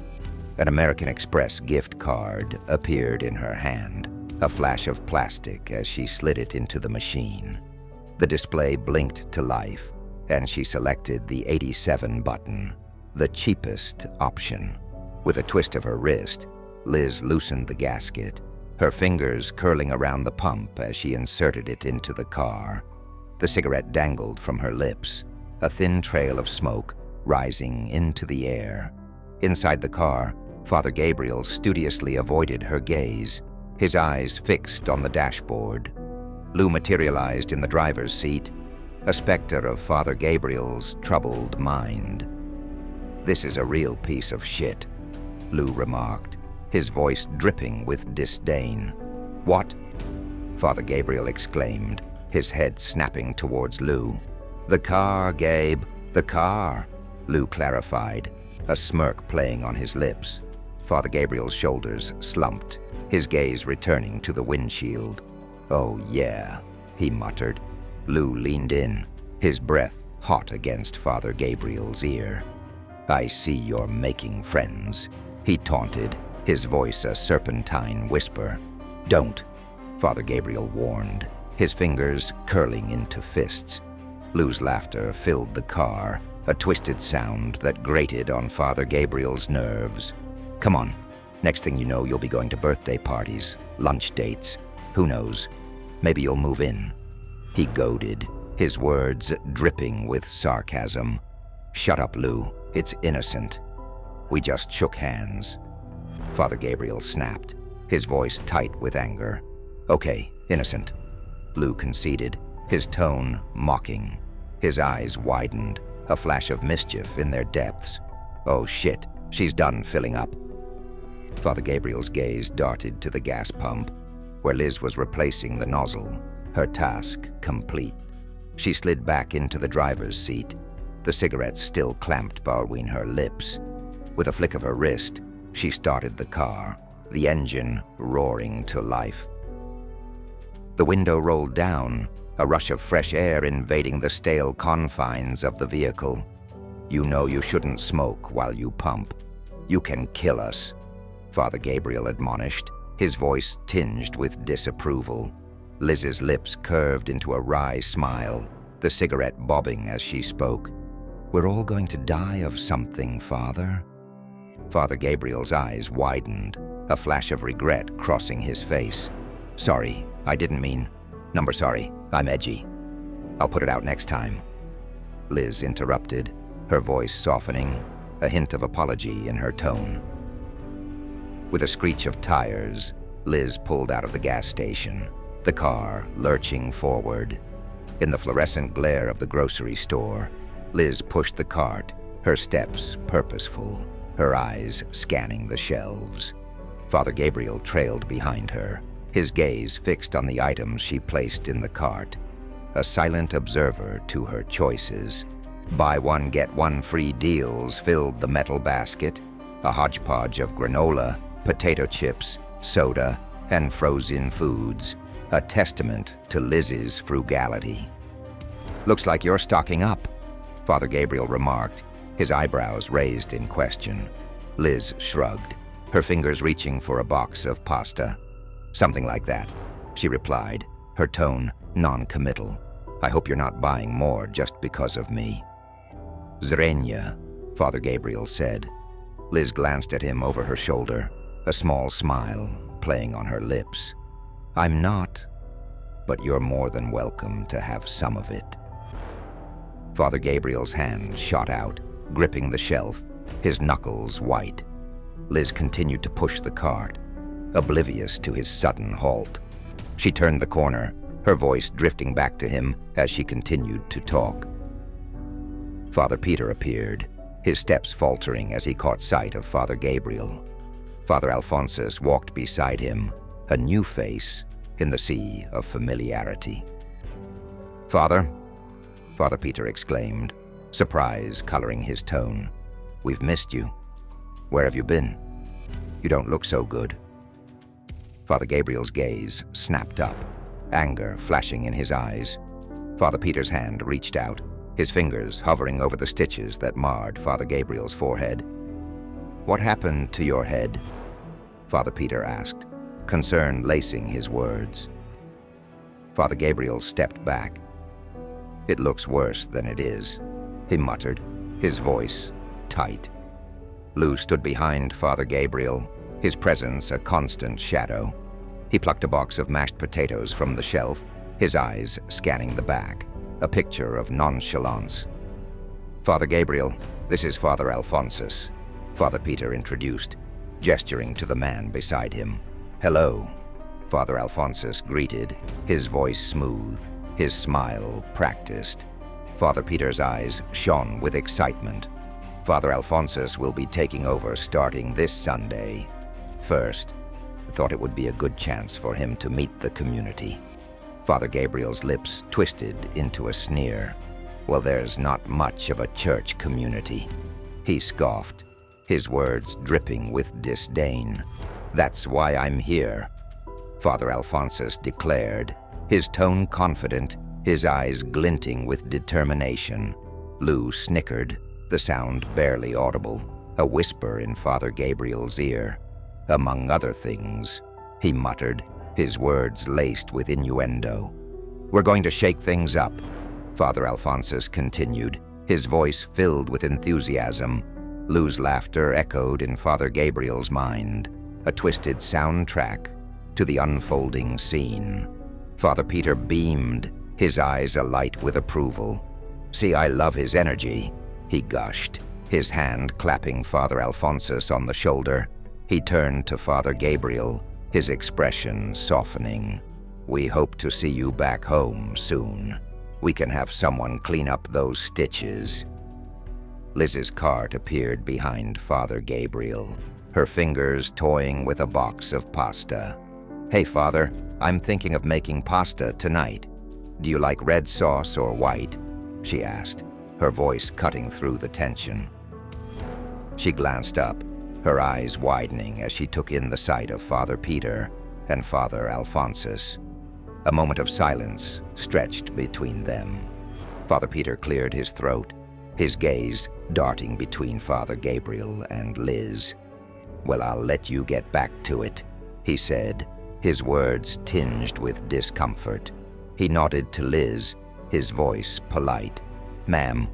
With that, Father Peter and Father Alphonsus strode past her, their footsteps echoing against the linoleum floor. Lou leaned in, his breath hot against Father Gabriel's ear. "He thinks you two are fucking," he whispered, his voice dripping with amusement. Father Gabriel shot him a sideways glare, his eyes narrowing in warning. Liz watched the priests disappear down the aisle, her hand raised in a half-hearted wave. "Bye," she called out, her voice trailing off. She turned to Father Gabriel. "You know those guys?" "Fellow priests," Father Gabriel replied, his words clipped, his gaze distant. Liz's lips quirked into a wry smile. "A real boys' club, huh?" She paused, her eyes searching his face. "You okay?" "I kept talking, and by the time I got to the milk, I noticed you weren't behind me." Father Gabriel shook his head, his hand rubbing his temple. "Yeah, I got a little dizzy," he admitted, his voice strained. Liz nodded, her expression sympathetic. "Okay, let's head back. I got some more aspirin. I'll fix us up something good to eat." They made their way down the aisle, the cart squeaking as Liz pushed it towards the registers. Lou's voice drifted through Father Gabriel's mind, a sinister whisper. "There's no liquor in her cart. We have to stop when we can. You know how you get," Lou urged, his words a siren's call to Father Gabriel's demons. Father Gabriel glanced back at Lou, his eyes flashing with anger. Father Gabriel sat in the passenger seat of the Volkswagen, 2 brown paper bags perched on his lap like silent sentinels. The car's engine hummed, a steady backdrop to the thoughts that swirled in his mind. Liz glanced at him, her fingers drumming against the steering wheel. "So that one priest is taking over your Sunday Mass?" she asked, her voice cutting through the stillness. "Yep," Father Gabriel replied, his tone clipped, his gaze fixed on the road ahead. Liz's eyebrows shot up, disbelief etched on her face. "And you say the church houses pedophiles?" Father Gabriel sighed.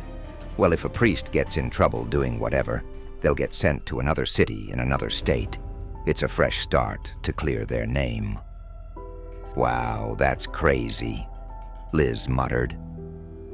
Father Gabriel shifted in his seat, his fingers tapping against the paper bags. "Hey, listen, would you be able to stop at the convenience store that's coming up?" Liz nodded, already guiding the car into the parking lot. "Sure," she replied, her voice soft. Father Gabriel exited the car, his steps purposeful as he made his way towards the convenience store. Inside the Volkswagen, Liz lit a cigarette, the smoke curling around her like a ghostly embrace. The door chimed as Father Gabriel entered the store, the sound jarring in the stillness. "Clark," he greeted, his voice flat. Clark stood behind the counter, his expression impassive. "Father," he acknowledged, his tone equally devoid of emotion. Father Gabriel navigated the aisles, his eyes scanning the shelves until they landed on the liquor section. He crouched down, his fingers trailing over the bottles until they settled on a familiar label, Seagram's VO. Lou's voice drifted through his mind, a sinister whisper. "Oh, that's my favorite. It goes down like butter," he purred, his words dripping with temptation. Father Gabriel's jaw clenched, his fingers curling around the bottle. "Yeah, this one is needed right now," he muttered, his voice barely audible. The door chimed again, and Liz's voice cut through the stillness. "Father," she called out, her footsteps approaching. Lou's laughter echoed in Father Gabriel's mind. "Oh no, she's here," he taunted, his voice filled with mock concern. Clark's gaze fixed on Liz, his expression unreadable. Father Gabriel hastily returned the Seagram's VO to the shelf, rising to his feet as Liz rounded the corner. "Hey, I was just going to be a minute," Father Gabriel explained, his words rushing out in a jumble. Liz waved a hand, dismissing his concern. "No, it's okay. I forgot something." Father Gabriel stepped towards her. "What did you forget?" "Toilet paper," Liz replied, her lips twisting into a wry smile. Father Gabriel nodded, his hand gesturing towards the appropriate aisle. "Oh, that's right over here." Lou's voice cut through his thoughts, a sinister reminder. "Hey, what about the booze?" he demanded, his tone insistent. Father Gabriel's fingers twitched, his eyes darting to the liquor section. He reached out, grabbing the toilet paper. "I'll get 'em," he murmured, his words a half-hearted promise.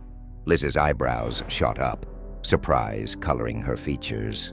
"Oh, thanks," she said, her voice soft, her eyes filled with gratitude. They made their way to the counter, the toilet paper clutched in Father Gabriel's hands. He placed it before Clark, his movements stiff, his eyes averted. "Father?"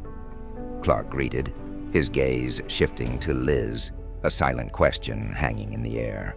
Father Gabriel cleared his throat, his voice rough. "Ahem. How much for this?"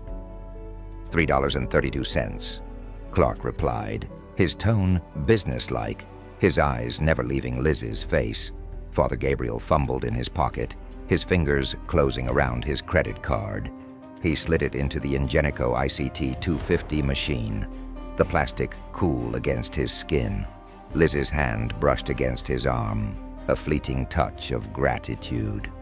"Thank you, Father," she murmured, her voice soft, her eyes shining with appreciation. Father Gabriel grabbed the toilet paper, his grip tight, his knuckles white. "No problem. That's the least I can do," he replied. He turned to Clark, his voice flat. "Clark." "Father?" Clark acknowledged, his gaze still fixed on Liz. Liz offered a small wave, her lips curving into a gentle smile. "Bye, Clark," she said, her voice warm, her eyes kind. Clark nodded, his expression unreadable, as Father Gabriel and Liz made their way out of the store. Liz struggled under the multiple paper bags, their contents threatening to spill onto the pavement. Father Gabriel followed close behind, his own arms laden with groceries. The sun beat down on them, the heat oppressive, the air with the scent of asphalt and exhaust. As they approached Liz's apartment, Dan sat outside the neighboring unit, a cold beer clutched in his hand. He raised the bottle in a mock salute, his eyes glinting with amusement.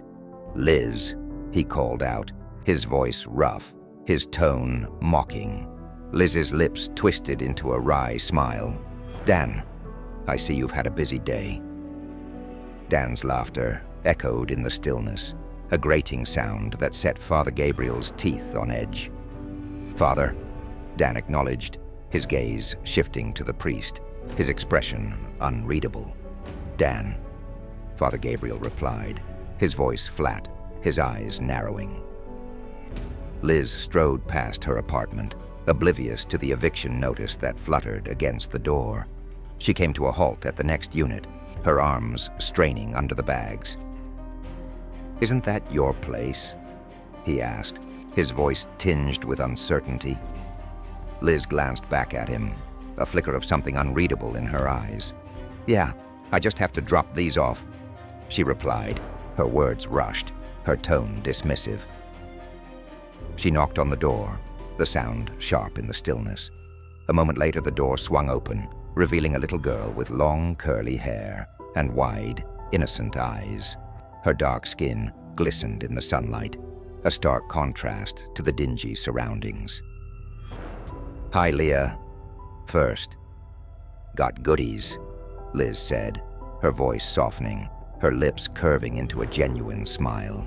"Lizzie," Leah exclaimed, her face lighting up with joy. The child stepped aside, allowing Liz to enter the apartment.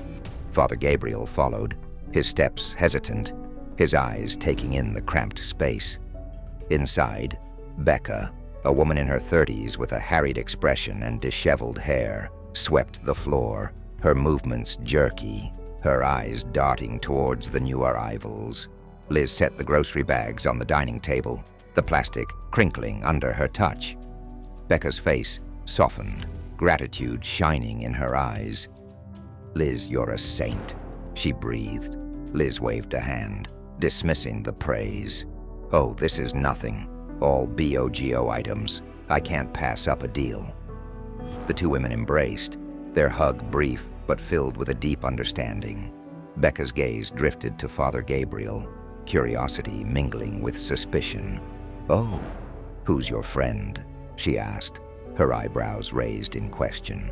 Liz turned to Father Gabriel, gesturing towards the table. "You can put those over there," she instructed, her voice crisp, her tone businesslike. She turned back to Becca, her expression softening. "This is Father Gabriel," she introduced, her words tinged with a hint of something unspoken. Becca's eyes widened, surprise etched on her face. "Father?" she repeated, her voice laced with disbelief. Father Gabriel nodded, a small smile playing on his lips. "Yes, for many years now," he confirmed, his tone gentle, his eyes kind. Becca's gaze darted between Liz and Father Gabriel, a silent question hanging in the air. "How did you two—" She trailed off, her words with implication.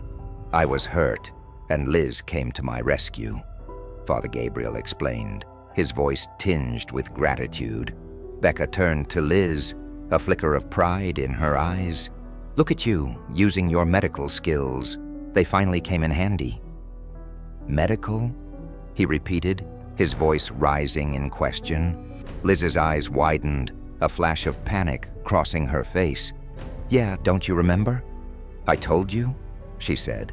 Her words rushed, her tone defensive.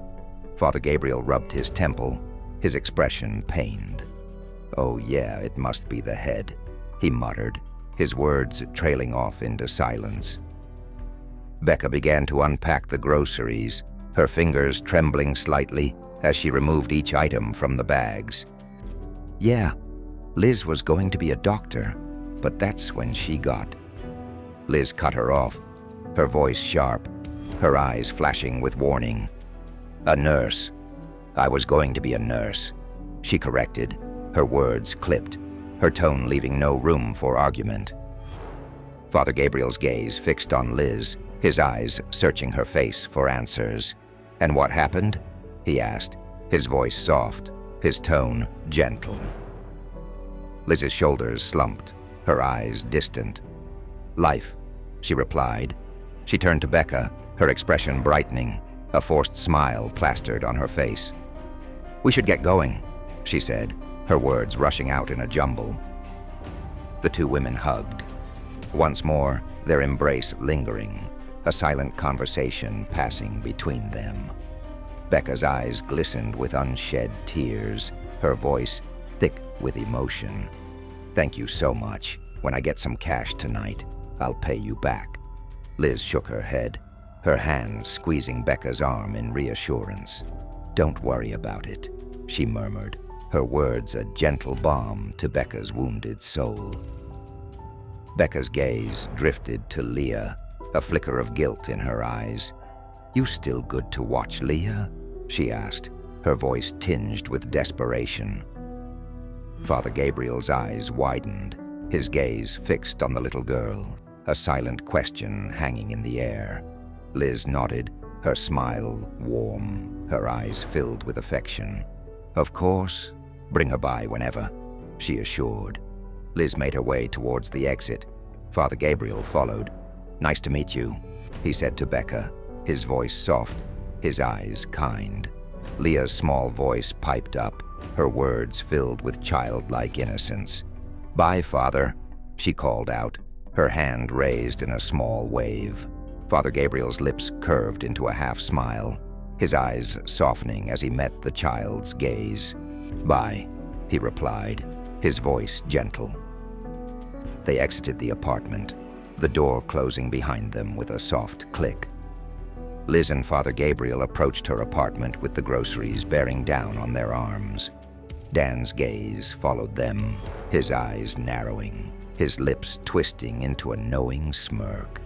Liz reached for one of the bags in Father Gabriel's grasp, her fingers brushing against his skin. He jerked away, his grip tightening on the handles.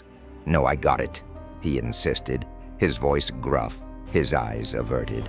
"Okay, thanks," Liz murmured, her voice soft, her gaze darting to Dan. She raised her voice, a forced cheerfulness in her tone. "No need to get up, Dan. We got it." Dan's lips curved into a mocking smile, his eyes glinting with malice. "I know you do. You have this nice gentleman with you," he drawled, his words dripping with sarcasm.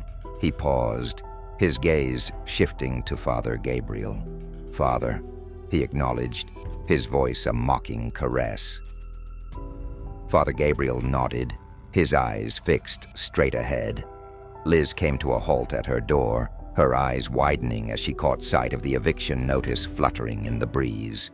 With trembling fingers, she ripped it from the door, her gaze scanning the words, a heaviness settling in her chest. Father Gabriel's expression softened, sympathy etched on his face. "I'm sorry, Liz," he murmured, his words a gentle balm to her wounded soul. Liz swallowed hard, her eyes glistening with unshed tears. "It's okay. I'll get this taken care of," she replied, her voice barely above a whisper, her words laced with a sadness that cut through the air like a knife. She opened the door, her gaze lingering on the notice. A silent moment of despair before she stepped inside. "Just put those on the table, please," she called over her shoulder, her voice strained. Father Gabriel followed her inside. Liz shed her sweater, her movements slow, her fingers trembling as she untied her hair. Father Gabriel stood by the door, his gaze fixed on her, a silent observer to her vulnerability. "Listen, what I said earlier, how I acted," he began, his words stumbling over each other. Liz waved a hand, dismissing his apology. "It's all right. I'm not made of glass," she replied, her voice tinged with a hint of defiance. "What you did for that mom was really nice. I didn't think—" "Zrenia," Father Gabriel said. Liz's eyes flashed, a flicker of anger in their depths. "What? People like me can't be nice," she challenged, her words sharp, her tone biting. Father Gabriel shook his head, his expression pained. "I don't know people like you," he admitted, his voice soft, his eyes filled with a silent apology. "It's all right," Liz murmured, her anger dissipating as quickly as it had appeared. Father Gabriel shifted his gaze, darting to the door. "I'll just put these bags down and be on my way," he said. His words rushed, his tone uncertain. He made his way to the dining table, his movements stiff, his shoulders tense as he set the groceries down. Liz's eyebrows shot up, surprise etched on her face. "Why, we haven't eaten yet," she pointed out, her voice tinged with concern. Father Gabriel shook his head, his eyes avoiding hers. "It's okay, I'm not hungry," he mumbled, his words unconvincing even to his own ears. Liz's expression softened, her eyes filled with a quiet determination. "We both haven't eaten. You need to rest. I'll handle lunch. Please just sit here. I'm going to take care of you," she insisted, her voice gentle, her hand guiding him towards the sofa. The shrill ring of her cell phone shattered the moment, and Liz snatched it up, her fingers trembling as she answered. "Hello," she said, her voice tight, her eyes darting to the kitchen. "Can't someone else do it tonight?" she asked, her words laced with desperation. Another pause, a flicker of despair crossing her face. "I have company," she murmured, her gaze drifting to Father Gabriel, then to the eviction notice, a single tear spilling down her cheek. Her shoulders slumped. "All right, I'll be ready," she said, the words like ashes in her mouth. She hung up the phone, her eyes distant, her mind a million miles away. "Work?" Father Gabriel asked, his voice soft, his eyes filled with concern. Liz shook her head, her lips pressing into a thin line. "I have to make another call," she replied, her words rushed, her tone clipped. She disappeared into the bedroom, the door closing behind her with a soft click. Lou materialized in the kitchen, his presence a constant shadow, a twisted reminder of Father Gabriel's inner demons. "Aren't you worried?" he asked, his voice dripping with mock concern. Father Gabriel shrugged, his eyes fixed on the window near the front door, his mind a tangled web of thoughts. Lou's laughter filled the air, a sinister sound that sent shivers. down Father Gabriel's spine. "You should be. You're on the verge of suicide, and you have to babysit," he taunted, his words like poison, seeping into Father Gabriel's mind. "Babysit?" Father Gabriel repeated, his voice hollow, his eyes widening in realization. "Yeah, that little girl next door is coming over soon," Lou confirmed, his lips twisting into a smirk. "You don't listen very well." Father Gabriel's gaze remained fixed on the window, his mind reeling with the implications of Lou's words.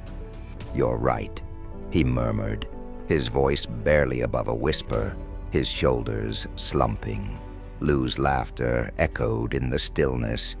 "I always am," he agreed. In the bathroom of Liz's apartment, she stood before the mirror, her fingers deftly applying lipstick, the crimson hue a stark contrast to her pale skin. She ran her hands through her hair, tousling the strands, her movements purposeful, her eyes focused.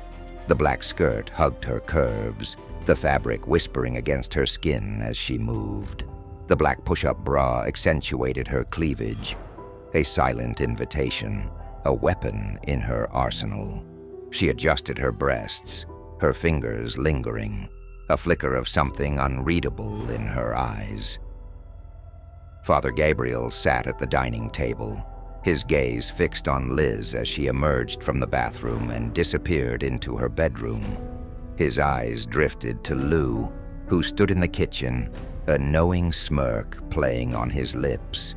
Lou shrugged, his eyebrows raised in a silent question. In the bedroom, Liz rummaged through her closet, her fingers skimming over the hangers until they settled on a black lace top. She slipped it on, the fabric clinging to her skin like a second skin. Her eyes fell on the end table, where Father Gabriel's wallet and watch lay, a silent temptation. She crossed the room, her steps purposeful, her heart pounding in her chest. With trembling fingers, she picked up the wallet, her breath catching in her throat as she flipped it open. She glanced at the door, her movements quick, her eyes darting back to the wallet. She pushed the door, ensuring it was completely closed, a barrier between her actions and the world beyond. She plucked a few 20s from the wallet, the bills crisp against her skin. She folded them, her movements precise. With a snap, she closed the wallet, returning it to its place on the end table.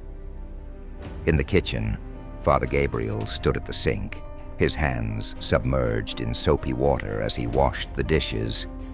The sound of running water filled the air, a gentle hum that seemed to soothe his troubled mind. Liz emerged from the bedroom, her eyes widening as she caught sight of him. "You don't have to do that," she said, her voice soft, her fingers fumbling with her earrings.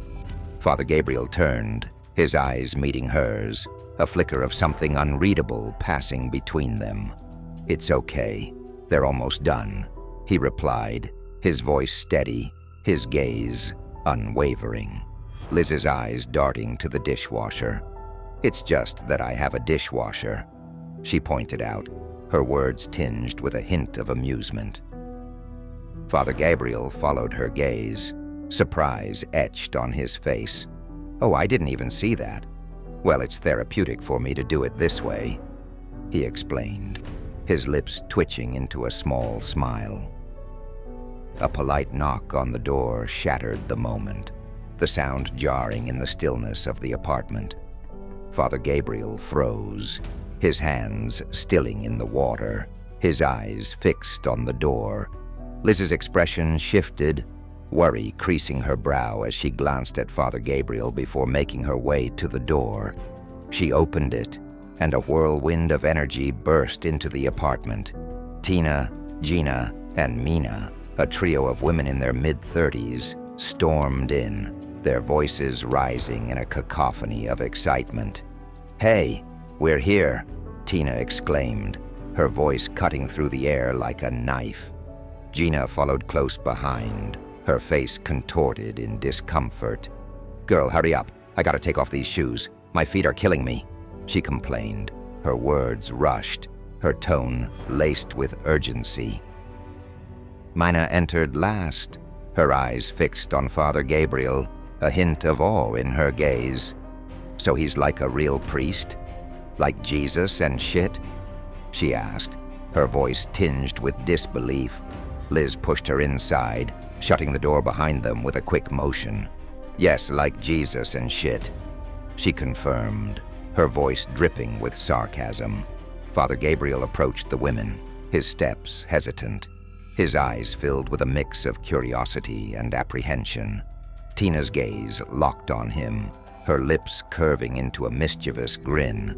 "So do you have any of those wafers on you?" "I've been like sinning all day," she purred, her words dripping with innuendo. Gina shoved her aside, her eyes narrowing. "Girl, he doesn't care about your sinning.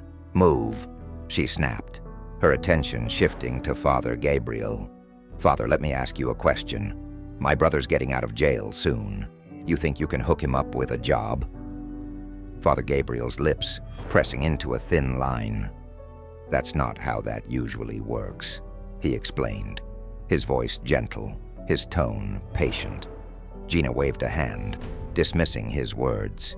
"He doesn't need to be up on the altar, just like taking out the trash and shit," she insisted, her voice rising, her eyes flashing with determination. Father Gabriel hesitated, his gaze darting to Liz, who was scurrying towards her bedroom. I can ask," he offered, his words trailing off, his expression uncertain. Another knock on the door interrupted the conversation, and Liz hurried to answer it. She pulled it open, revealing Becca, wearing a nurse's uniform, standing beside a little girl named Leia. "Liz," Becca exclaimed, her voice filled with relief as she thrust a tote bag into Liz's hands. "I have to run. I'm going to be late for my shift." She hugged Liz, her embrace brief, but filled with gratitude. Liz returned the hug, her eyes softening as she looked at Leia. "Okay, she'll be fine. I'll see you later," she assured, her voice gentle, her smile warm. Becca knelt down, wrapping Leia in a tight embrace. "Bye, baby," she murmured, her words a whisper against the child's ear. With a final wave, Becca disappeared down the hall, leaving Leia standing in the doorway, her eyes wide. Liz ushered her inside, shutting the door behind them. "Everyone, this is Leia.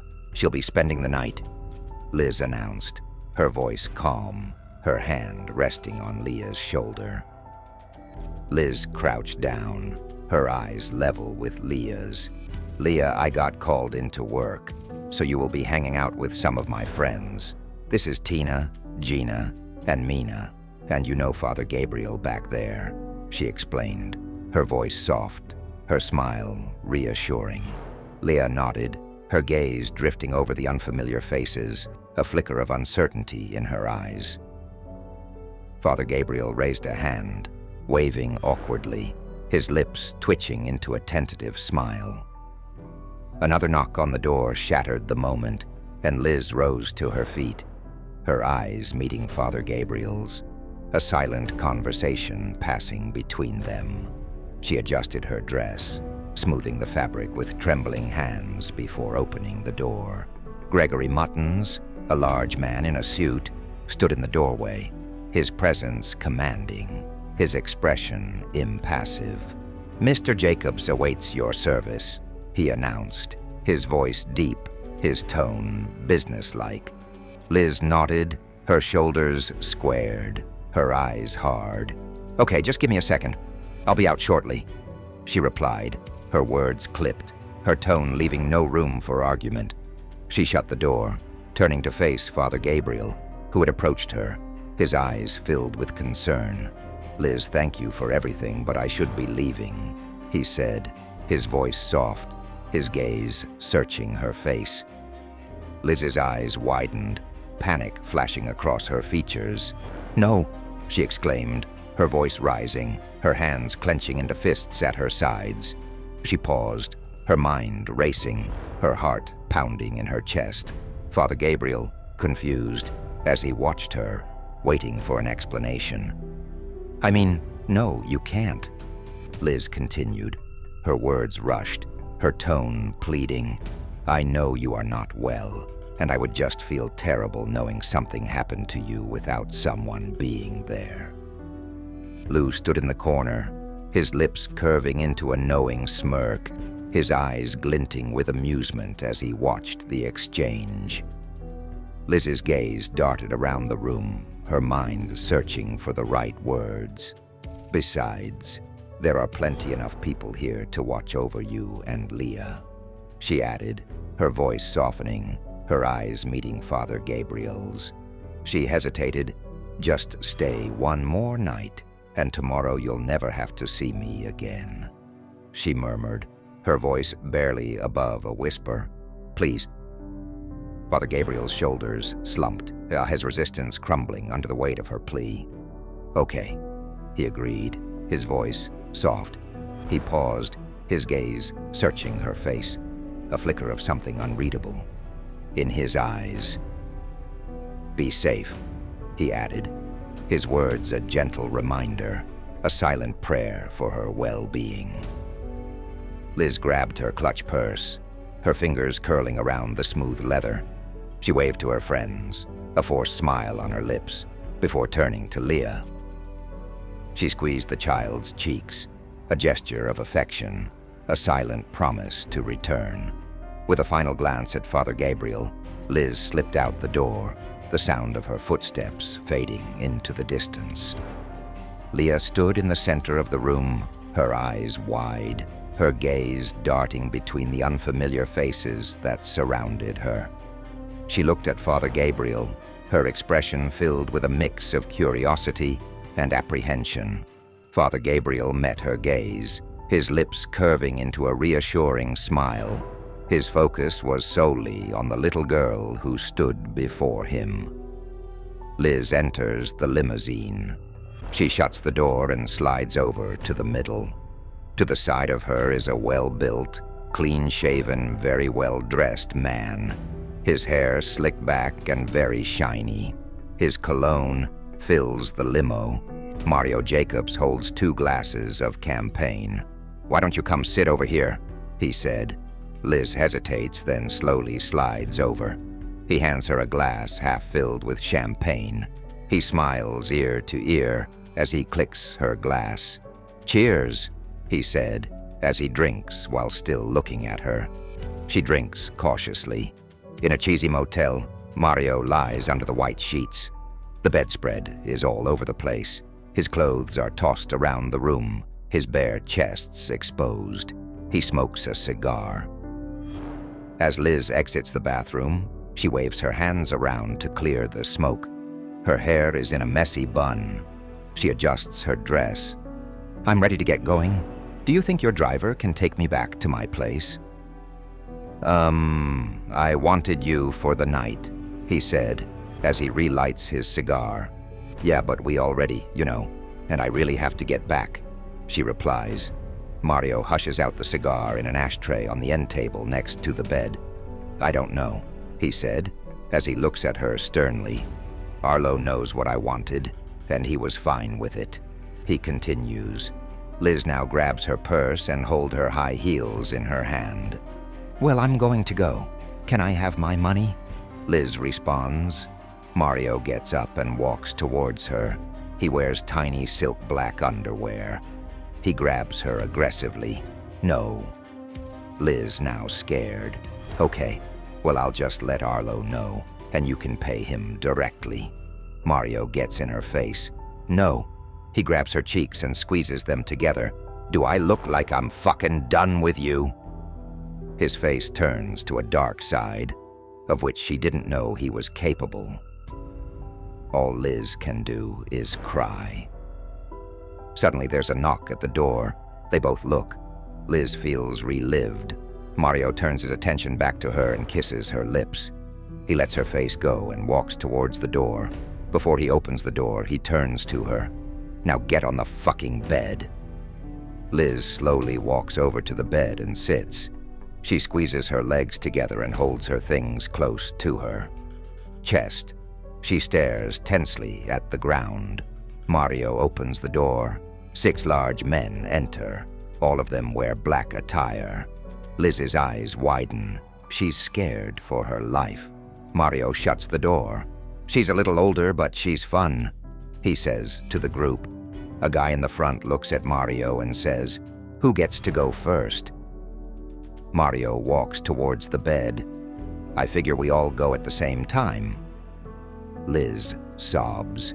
She knows there's nothing she can do, and no one is coming to save her. She must just close her eyes and pray it's over soon. In Liz's apartment, Leah lay curled on the sofa, her small form swallowed by the cushions. A party hat perched atop her head at a jaunty angle. The remnants of the evening's festivities littered the living room and kitchen.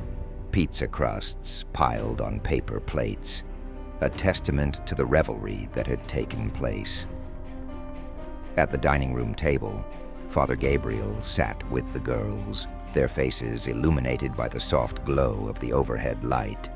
The air crackled with tension as they hunched over their cards, stacks of potato chips serving as makeshift currency, a pile of them heaped in the center of the table like a glittering treasure. Gina leaned forward, her eyes glinting with triumph as she laid her cards on the table with a flourish. "All right, so check it," she announced, her voice cutting through the stillness. 3 queens and 2 deuces. Beat that. Tina's lips twisted into a grimace, her fingers tapping against her cards before she tossed them face down on the table. "Fold," she muttered, her shoulders slumping in defeat. Father Gabriel followed suit, his own cards joining Tina's in a silent admission of defeat. "I fold too," he said, his voice tinged with a hint of amusement. Mina, seated close to Father Gabriel, her chair nearly touching his, glanced at him, a smile playing on her lips. Their eyes met, a flicker of something unspoken passing between them as she laid her cards on the table with a confident flourish. 3 kings and 2 aces, she declared, her voice ringing with triumph. Laughter bubbled from her throat as she rose to her feet, her hands sweeping the potato chips towards her in a victorious gesture. She tossed a few to Father Gabriel, who caught them deftly, a grin spreading across his face as they high-fived, their fingers brushing in a fleeting moment of camaraderie. Tina's eyes narrowed, suspicion etched on her features. "You two have been teaming up on us all night," she accused, her tone laced with playful indignation. Gina nodded, her lips pursed in a mock pout. "Yeah, I think you guys have been cheating," she added, her voice rising in a teasing lilt. Father Gabriel popped a potato chip into his mouth, the salt crackling against his tongue as he chewed, his eyes sparkling with mirth. Gina's eyes flashed with determination, her voice cutting through the laughter. "Okay, new game," she declared, her tone brooking no argument. Tina reached for the cards, her fingers, nimble as she shuffled them, the sound of the slick cardstock filling the air. Father Gabriel pushed back from the table, his chair scraping against the floor as he made his way towards the kitchen. In the kitchen, Father Gabriel reached for a disposable cup, his fingers curling around the flimsy plastic. He turned towards the drinks, his gaze falling on a bottle of bourbon, the amber liquid glinting in the soft light. He paused, his hand hovering in midair, a silent battle raging within him. Lou lounged against the counter, a magazine in his hands. He glanced up, a knowing smile playing on his lips as he nodded, a silent encouragement, a temptation. "We're about to start. You coming, Father? I need my partner." Mina called from the dining room, her voice cutting through the stillness, the sound of laughter drifting in from the other room. Father Gabriel blinked, the spell broken, his hand darting towards the water instead. He poured it into a paper cup, the liquid sloshing against the sides, a silent rebellion against the siren call of the bourbon. Lou's smile faded, disappointment etched on his features as he turned away, his attention returning to the magazine, the pages rustling as he flipped through them. "Yep, coming," Father Gabriel called back, his voice steady, his resolve strengthening with each step as he made his way back to the dining room. At the table, Tina's voice rose above the chatter, her tone laced with mischief. "Okay, same game. This time deuces are wild," she announced, her eyes sparkling with anticipation. Gina's eyes widened, indignation flashing across her face. "Oh, hell no. I would have won last game," she protested, her voice rising in a petulant whine. Tina shrugged, a smirk playing on her lips. "Don't hate the player, hate the game," she retorted, her words dripping with sarcasm. Father Gabriel settled back into his seat, his presence a calming force amidst the chaos. Gina's gaze darted between him and Mina, suspicion clouding her features. "Are you in with them?" she demanded, her eyes boring into Tina's, a silent accusation hanging in the air. Tina held up her hands, her expression innocent. "I'm the dealer. The dealer is neutral," she insisted, her tone firm, her gaze unwavering. Mina's laughter filled the room, her eyes sparkling with amusement. "Don't be a hater, Gina," she teased, her words light, her smile infectious. Father Gabriel joined in, his own laughter mingling with Mina's. "Yeah, don't be a hater, Gina," he echoed, his voice filled with playful admonishment. The room erupted in laughter, the tension dissipating as quickly as it had appeared.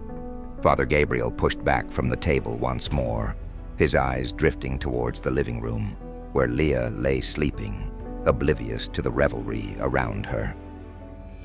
"Where you going?" Mina asked, her voice tinged with disappointment. Father Gabriel glanced back, a reassuring smile on his lips. "To check on Leah," he explained, his tone gentle, his eyes softening. "Just deal me in. I'll be back over." He made his way towards the living room, his steps measured, his mind filled with thoughts of the little girl who slumbered on the sofa.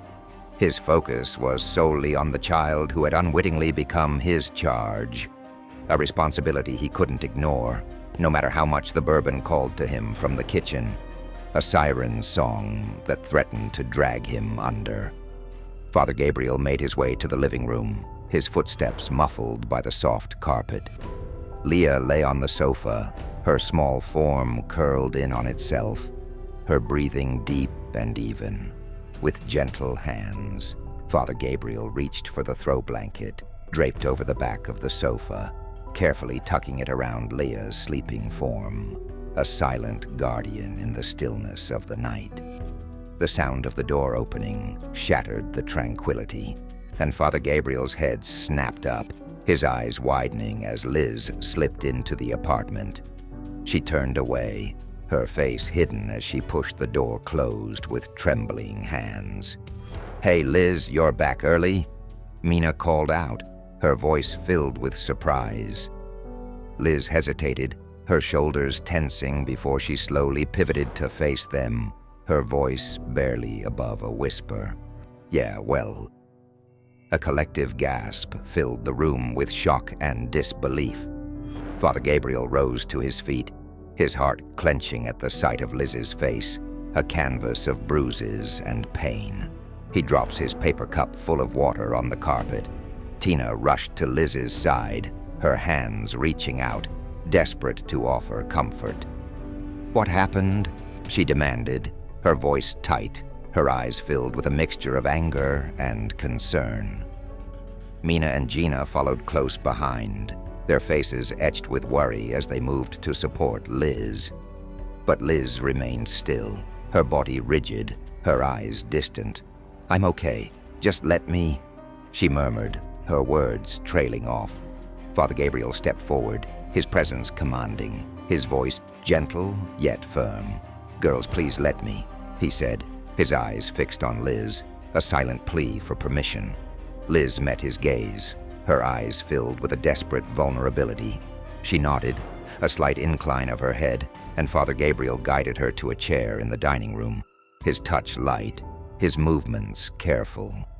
Liz sank into the chair, her body sagging. Father Gabriel turned to the others, his expression resolute. "Ladies, I got it from here," he said, his tone leaving no room for argument. Gina's eyes flashed, her hands clenching into fists at her sides.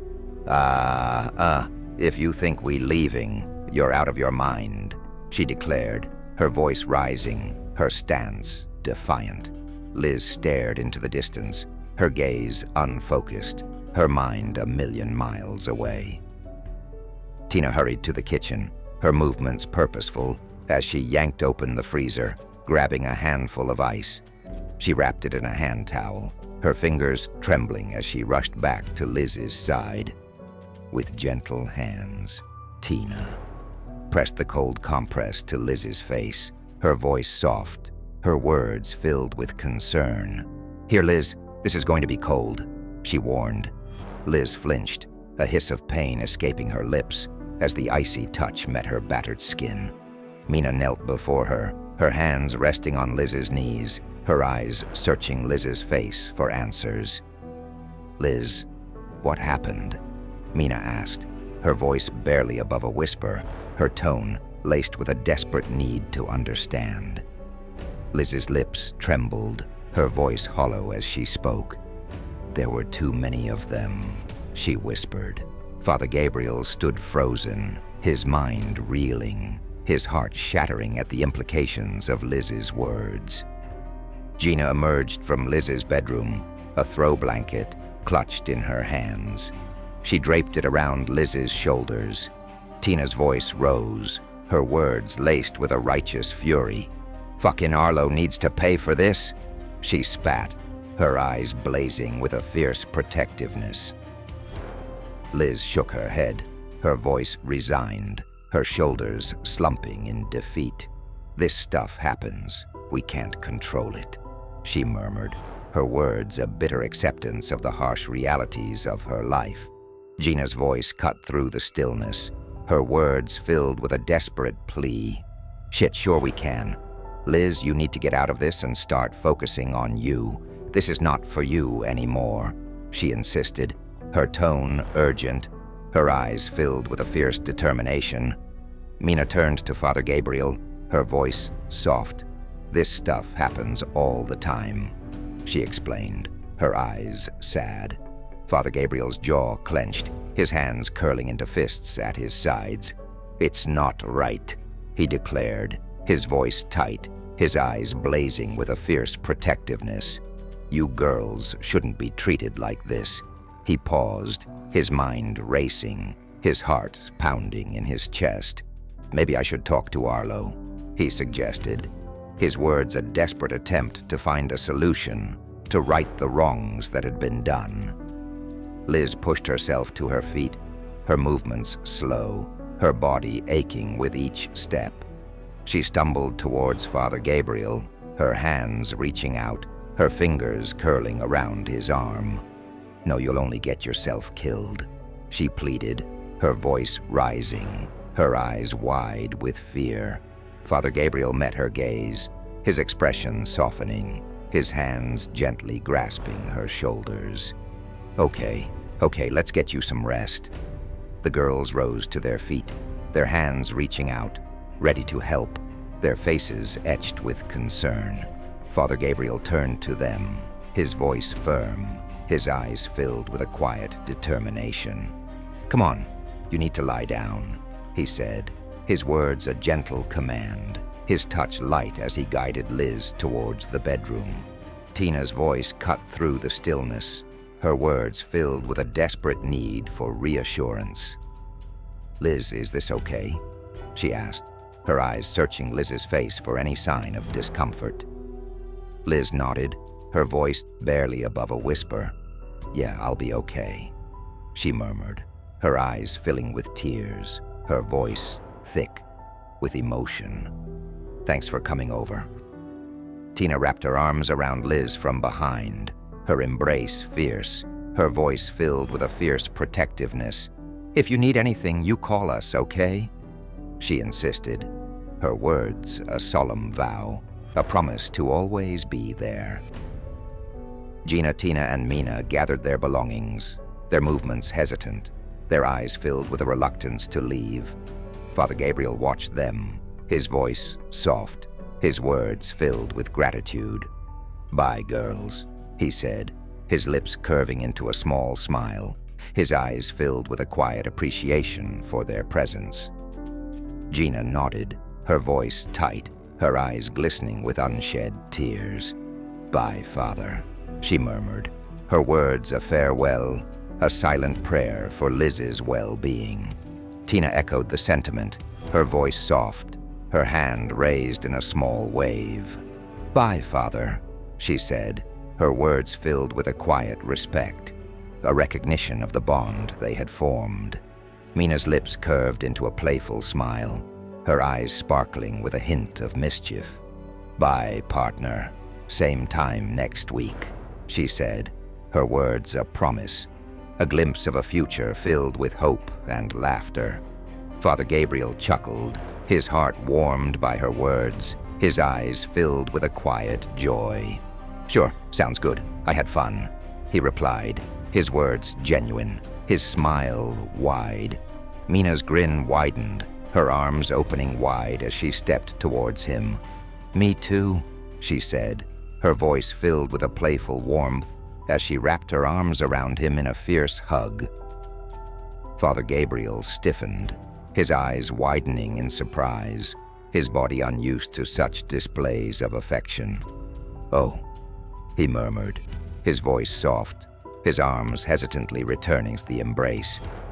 Gina's voice cut through the moment, her tone laced with impatience. "Come on, Mina," she called out, her words a gentle reminder of the world beyond the apartment walls. Mina pulled away, her smile never faltering, her eyes filled with a quiet understanding. "'Kay, bye," she said, her words a farewell, a promise of a future filled with friendship and laughter. Father Gabriel watched them go. He smiled, his heart filled with a warmth he hadn't felt in years.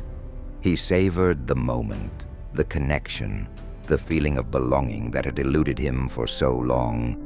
As the door closed behind the girls, Father Gabriel turned his attention back to Liz, his eyes filled with concern. He watched her from behind. His mind raced. Father Gabriel guided Liz to the bedroom, his hand gently supporting her elbow, and his steps were measured. He settled her on the bed, the mattress dipping, the sheets cool against her skin. Kneeling before her, Father Gabriel's fingers grasped the straps of her high heels, carefully sliding them off her feet. He cradled her soles in his palms, his fingers tracing the rough calluses. His eyes met hers. "Come on, Liz, lie down," he murmured, his voice soft, his hands guiding her back onto the bed. With gentle movements, he adjusted her feet, his. Touch light, his fingers smoothing the wrinkles from the sheets as he pulled the covers over her battered form. Liz turned her face towards the door, her eyes distant, her mind a million miles away. Father Gabriel squatted down, his face level with hers, his eyes searching her features for any sign of comfort, any hint of solace. "I don't really know what to do in these moments," he admitted. He paused, his voice dropping to a whisper, his eyes filled with a quiet reverence. "The only thing I know how to do is pray," he murmured, his hand reaching out, his fingers resting gently on her forehead. His eyes fluttered closed, his lips moving in a silent prayer. Liz watched him, her gaze fixed on his face, her eyes tracing the lines of his features, the curve of his lips, the furrow of his brow. As the prayer drew to a close, Father Gabriel's eyes opened, his gaze settling on Liz's sleeping form. With a tender touch, he brushed a stray lock of hair from her face, his fingers hovering over her bruised eye, a silent promise to protect, to heal, to make things right. A sharp knock on the door shattered the stillness, and Father Gabriel rose to his feet and made his way to the entrance. He pulled the door open, revealing Becca standing on the threshold, her face etched with concern. "Hi," she said, her voice soft, her eyes darting past Father Gabriel, searching for any sign of Liz. "Hi, she's asleep. Come in," Father Gabriel replied, his hand gesturing for her to enter, his voice tinged with a hint of weariness.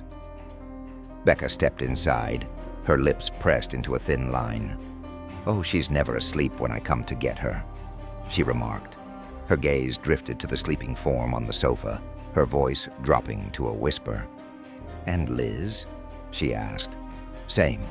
She had a long day," Father Gabriel replied.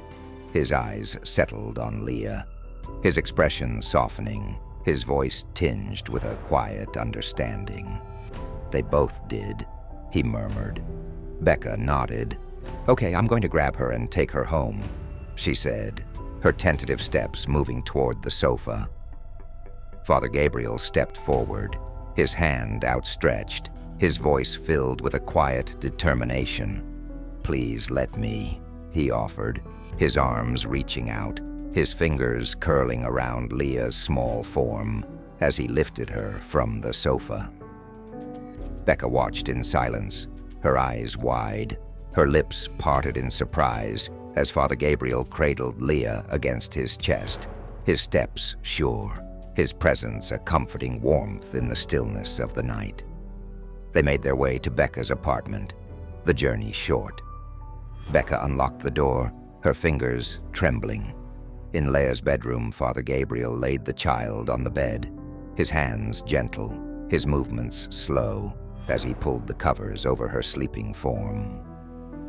Becca stood behind him. As Father Gabriel turned to leave, Becca's voice cut through the stillness.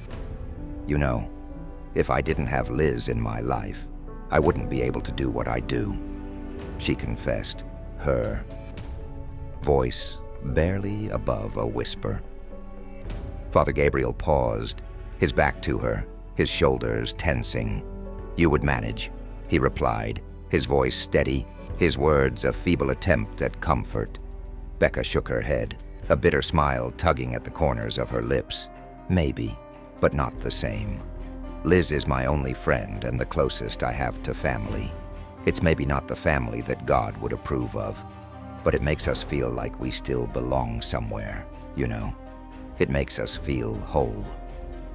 Father Gabriel turned to face her, his eyes filled with a quiet understanding, his voice soft. "Yeah, she's a great person, and so is this little one here," he murmured, his gaze drifting to Leah's sleeping form. He moved towards the door. Becca's voice stopped him. "My mom always used to tell me that angels are everywhere. Even in the darkness of hell, there are angels, Father," she said, her voice filled with a desperate hope. Father Gabriel paused, his hand on the doorknob, his back to her.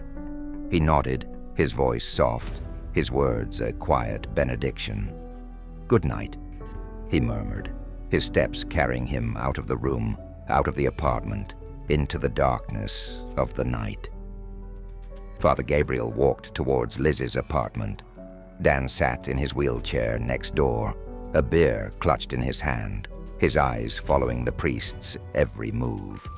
"Father," Dan called out, his voice rough, his tone laced with a hint of mockery. "Dan," Father Gabriel acknowledged, his voice flat, his gaze fixed straight ahead. Dan's lips twisted into a smirk, his words dripping with sarcasm. "I don't think I've seen a priest be so popular with the ladies since like never," he remarked, his eyebrows raised in a silent challenge. Father Gabriel's jaw clenched, his hands curling into fists at his sides. "I'm just helping out," he replied, his words clipped, his tone leaving no room for argument. "I see that," Dan drawled, his gaze drifting to the six-pack case of beer at his feet. With a grunt, he lifted the case, his eyes meeting Father Gabriel's in a silent invitation. "Come have a beer with me," he urged, his voice filled with a forced camaraderie. Father Gabriel hesitated. He began, his words trailing off. "Father, I insist," Dan pressed, his tone leaving no room for refusal. Father Gabriel's shoulders slumped, his resistance crumbling under Dan's expectant gaze. "Okay, why not?" he agreed. He made his way over to Dan, his steps slow, his mind elsewhere. Dan handed him a beer, the glass cool against his skin, the condensation beading on the surface. Father Gabriel pulled up a chair, his movements stiff, his body unused to such casual interactions. They clinked bottles, the sound jarring in the stillness of the night. Father Gabriel raised the bottle to his lips, the bitter liquid burning a path down his throat, a momentary escape from the demons that haunted his mind. "Ah, that's good, ain't it?" Dan asked, his voice filled with a forced cheer, his eyes searching Father Gabriel's face for any sign of agreement. "Yeah, pretty good," Father Gabriel replied. Dan took another swig, his eyes closing in satisfaction, his lips smacking together in a gesture of contentment. Father Gabriel's gaze drifted to Dan's half-legs. "Nam?" he asked. Dan's eyes snapped open, a flash of something unreadable crossing his face. "I wish," he muttered, his voice tinged with bitterness. "Diabetes," Dan clarified, his voice flat, his gaze distant. "Nam would be a cooler story. I'd be getting all the ladies like you." Father Gabriel shook his head, a small smile playing on his lips. "It's not like that," he insisted, his words a feeble attempt at deflection. Dan leaned forward, his elbows resting on his knees, his eyes boring into Father Gabriel's. "What's it like, then?" he asked. Father Gabriel's gaze drifted to the ground, his mind searching for the right words. "I honestly don't know. Liz has been really generous," he admitted. He paused, his eyes meeting Dan's once more, a flicker of curiosity in their depths. "What's her story?" he asked. Dan's eyes widened, surprise etched on his face. "Liz?" he repeated. He leaned back in his wheelchair. "She's been living here as long as I have. Arlo set her up when she was about 20 years old. She grew up poor. Her dad was a drunk. Her mom died at a young age. She pushed to go to nursing school, but that wasn't paying the bills." Dan continued, his words tumbling. "What's the story with Arlo?" Father Gabriel asked, his voice tight. Dan's lips twisted into a bitter smile, his eyes filled with a cold fury. "He's her employer. You know, her pimp," he spat. Father Gabriel nodded, his expression grim. "Oh yeah," he murmured. Dan's gaze softened, his eyes searching Father Gabriel's face for any sign of judgment. "Liz has never really had a house guest," he remarked. He paused, his eyes boring into Father Gabriel's. "What's your story?" he asked, his voice filled with a desperate need for answers, for understanding. Father Gabriel's shoulders slumped, his gaze drifting to the ground. "I'm with a church in the city. I have been with them a very long time. I guess I've been going through a depression, and Liz found me when I hit rock bottom. Literally," he admitted. He reached up, his fingers brushing against the stitches that marred his forehead. Dan's laughter filled the air, a harsh sound that grated on Father Gabriel's nerves. "Shit, even priests' lives are fucked," he exclaimed, his words dripping with a twisted sense of amusement. Father Gabriel's lips twisted into a wry smile. "Yeah, life's not peachy for all of us," he agreed. Dan's gaze drifted to Father Gabriel's face, his eyes narrowing in concern. "You've been putting some ointment on it?" he asked. He gestured to his own face, his fingers tracing the lines of imaginary stitches. "That's probably going to leave a nasty scar," he remarked. Father Gabriel's hand drifted to his face, his fingers brushing against the rough edges of the stitches. "Yeah, well, every scar tells a story," he murmured. Dan's eyes widened, a flicker of something unreadable crossing his face. He pointed to his legs, a bitter smile playing on his lips. "Nam," he declared, his voice filled with a twisted sense of pride. Father Gabriel's laughter mingled with Dan's, the sound harsh. "Amen," he agreed. They raised their bottles in a silent toast, the glass clinking together. In the bedroom, Father Gabriel cracked the door open, his eyes searching the darkness for any sign of movement, any hint of distress. Liz lay still, her breathing deep and even, her body curled in on itself, a fragile shell. Lou materialized behind him. "What are we still doing here?" he demanded. "She needs our help," Father Gabriel replied. Lou's laughter filled the air, a sinister sound that sent shivers down Father Gabriel's spine. "What makes you so sure you can help her? You can barely help yourself. You're useless," he taunted, his words dripping with disdain. Father Gabriel turned away. He made his way towards the sofa. He sank onto the cushions, his mind a tangled web of conflicting emotions. Lou's voice drifted through the air. "Now you want to help someone? Now? Gabriel, what happened to not giving a fuck about these people? Just yesterday you were falling down from your concussion, and the day before you were trying to kill yourself. And now you're a savior," Lou demanded. Father Gabriel stared into the distance, his eyes unfocused, his mind a million miles away. "You're right," he admitted, his voice barely above a whisper. He paused, his mind searching for the right words, his heart aching with the need to make things right. I don't know what I'm supposed to be or what I'm supposed to do, but she needs help, and it's obvious. How can I or you let her continue to go through this life like this, being taken advantage of, being beaten up, being treated like shit?" he continued. Father Gabriel's gaze drifted to the ceiling. "Yeah, I know I didn't care about anyone a few days ago, but since then, everything changed," he murmured. Lou's laughter filled the air once more. "Well, everyone gets what they deserve. This is what she chose." He spat, his words dripping with disdain. Father Gabriel's eyes flashed with anger. "She deserves better. I deserve better," he declared. Lou's lips twisted into a sneer, his eyes filled with a twisted sense of amusement. "You're full of shit. I'm going to get a drink," he muttered as he stalked towards the kitchen.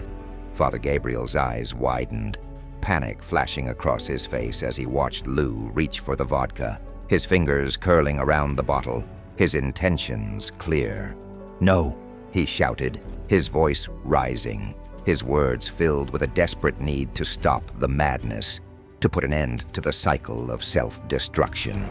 Lou's eyes met his, a silent challenge hanging in the air between them. He held Father Gabriel's gaze for a long moment, his lips twisting into a sneer before he released his grip on the bottle, his hand falling to his side in a gesture of defeat. Father Gabriel slumped back against the sofa, his head falling back, his eyes drifting closed as he struggled to find a moment of peace, a brief respite from the chaos that swirled around him. In the kitchen of Liz's apartment, the sizzle of eggs and sausage filled the air, the aroma wafting through the space like a tantalizing promise of a hearty meal. Father Gabriel stood at the stove, his black short-sleeved clergy shirt a stark contrast to the domestic scene before him. Liz emerged from the bedroom, her oversized t-shirt hanging loosely on her frame, her hair gathered in a messy bun atop her head. She blinked in surprise, her eyes taking in the sight of Father Gabriel at the stove. "You're up early," she remarked, her voice rough with sleep. Father Gabriel turned, his eyes widening at the sight of her.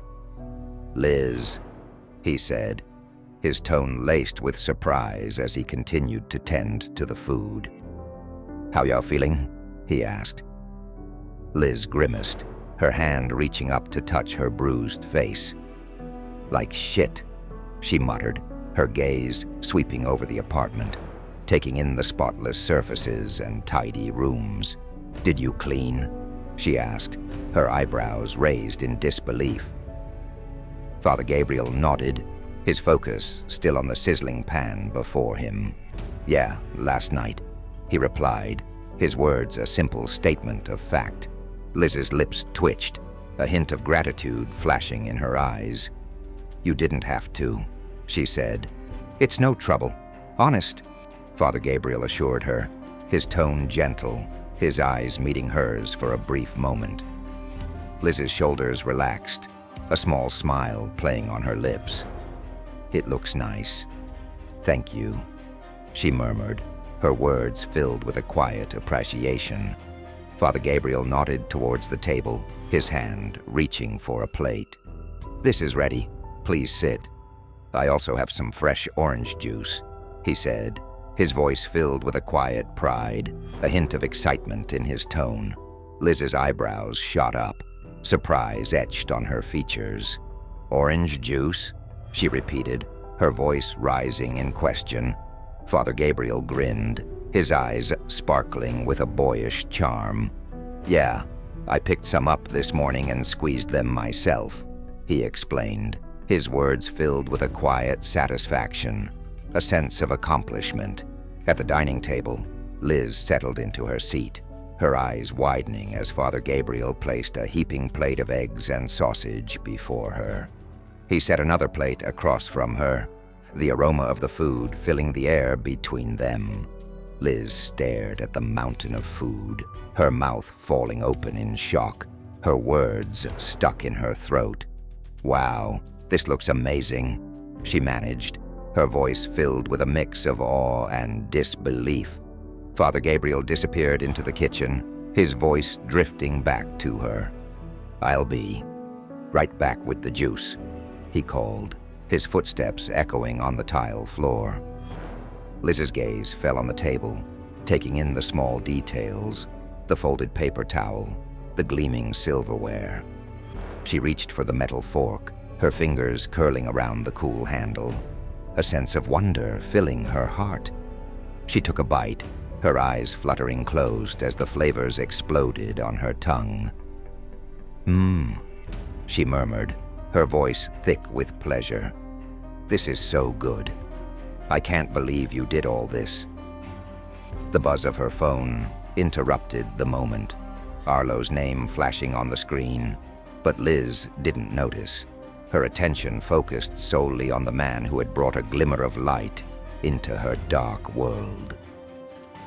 Father Gabriel returned, a glass of fresh orange juice in one hand, 2 aspirin in the other. He placed them before her, his eyes filled with a quiet concern. "Try this juice, and take those, please," he urged, his finger pointing to the small white pills. Liz nodded, her hand reaching for the aspirin.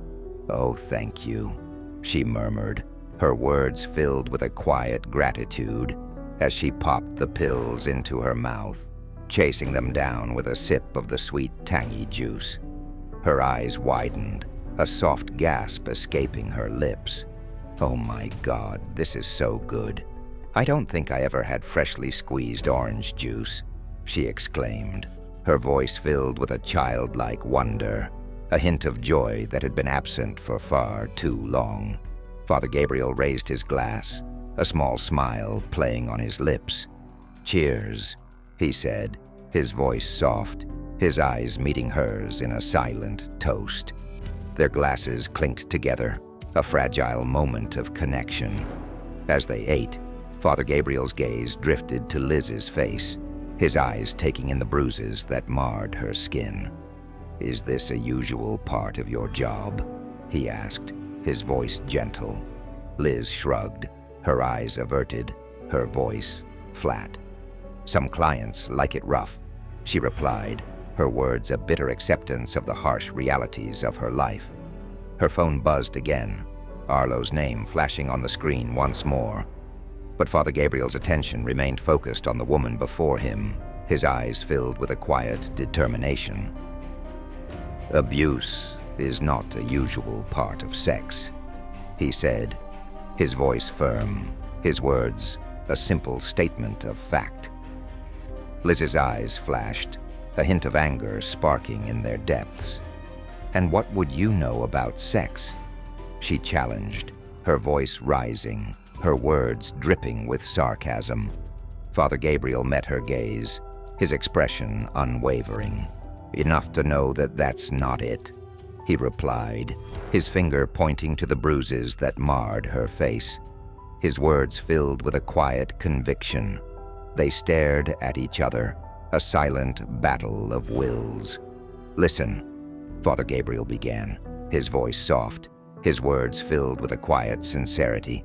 "I've been with you for a couple of days now, and I would be dead if it wasn't for you." He paused, his eyes searching her face. "You could have a better life," he said, his voice barely above a whisper, his words filled with a desperate hope, a yearning for something more.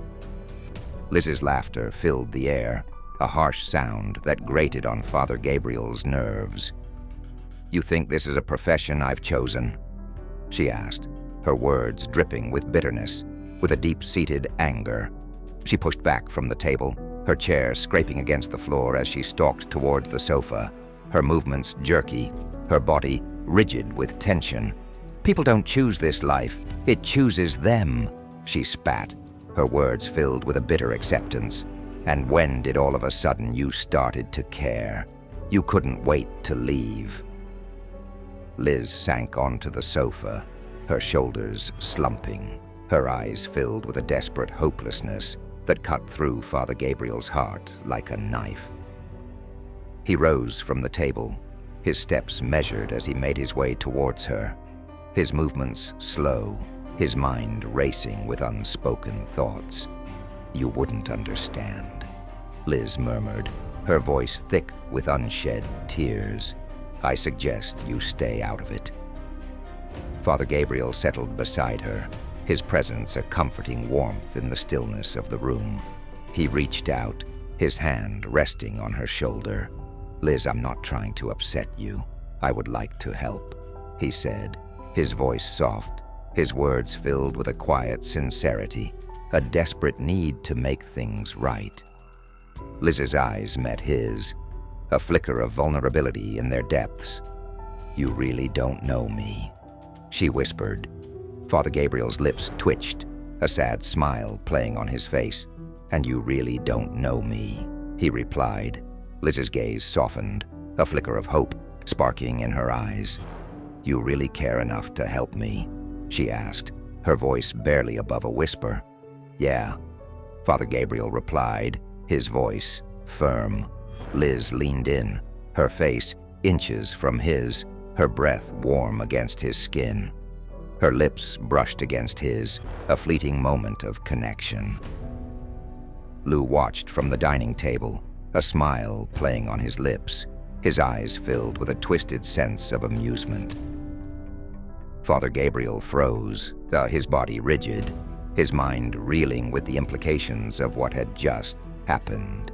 He pulled away, his movements slow, his eyes searching Liz's face for any sign of regret, of disappointment. Liz's eyes fluttered open, confusion etched on her features. "Is something wrong?" she asked, her voice soft, her words filled with a quiet vulnerability. Father Gabriel shook his head. "I didn't stay for that," he replied. Embarrassment flooded Liz's face, her hand reaching up to touch her bruised cheek. "I think I should get some ice," she murmured.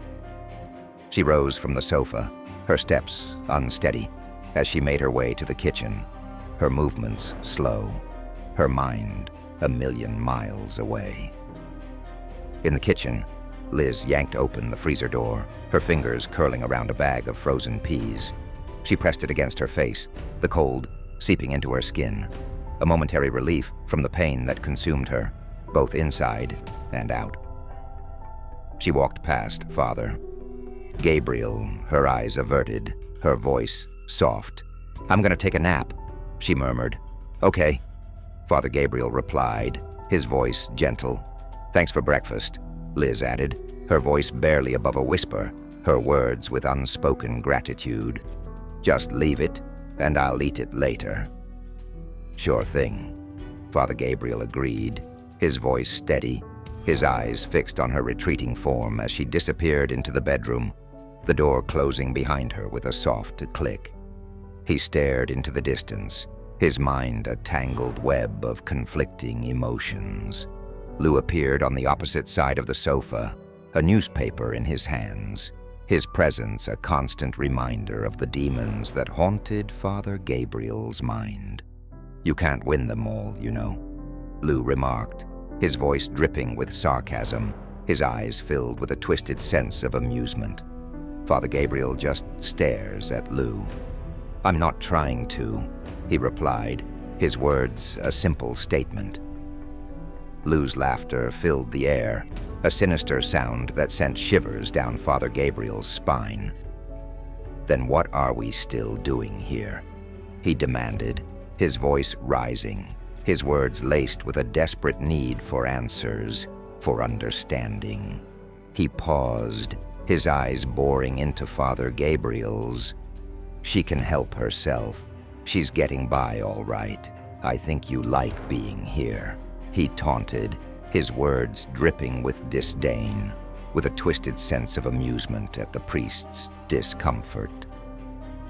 Father Gabriel's shoulders slumped, his gaze drifting to the floor, his mind searching for the right words, the right answer to the question. "Maybe," he admitted, his voice barely above a whisper. He pushed himself to his feet and made his way towards the dining table. Lou's laughter echoed in his ears, a constant reminder of the darkness that lurked within, of the demons that refused to let him go. "You're wasting your time," Lou called after him, his words filled with a twisted sense of triumph, a silent acknowledgement of the futility of Father Gabriel's efforts. But Father Gabriel paid him no heed, his focus solely on the plate of food that lay before him. With each bite, he saw Liz's pain. In the bedroom of Liz's apartment, the afternoon sun filtered through the curtains, casting a soft glow across her face as she stirred from her slumber. Her eyes fluttered open, her mind groggy, her body exhausted. She pushed herself up, her movements slow, her limbs aching with the remnants of a restless sleep. Liz stumbled into the living room, her bare feet padding against the worn carpet. The sight of Father Gabriel, sprawled on the sofa, his chest rising and falling with each steady breath, greeted her. Her gaze drifted to the end table where his wallet lay, a silent temptation in the stillness of the room. In the kitchen, Liz reached for the top shelf, her fingers curling around the neck of a vodka bottle. The glass was cool against her skin. She cradled it against her chest, a silent companion in her misery as she made her way. Out of the apartment. Outside, the sun beat down on the pavement. Liz sank to the ground, her back pressed against the rough brick of the building, her knees drawn up to her chest. With trembling fingers, she unscrewed the cap, the sharp scent of alcohol assaulting her senses. She raised the bottle to her lips, the vodka burning a path down her throat. Tears streamed down her face, her mascara leaving dark streaks on her cheeks, a testament to the brokenness that lay within.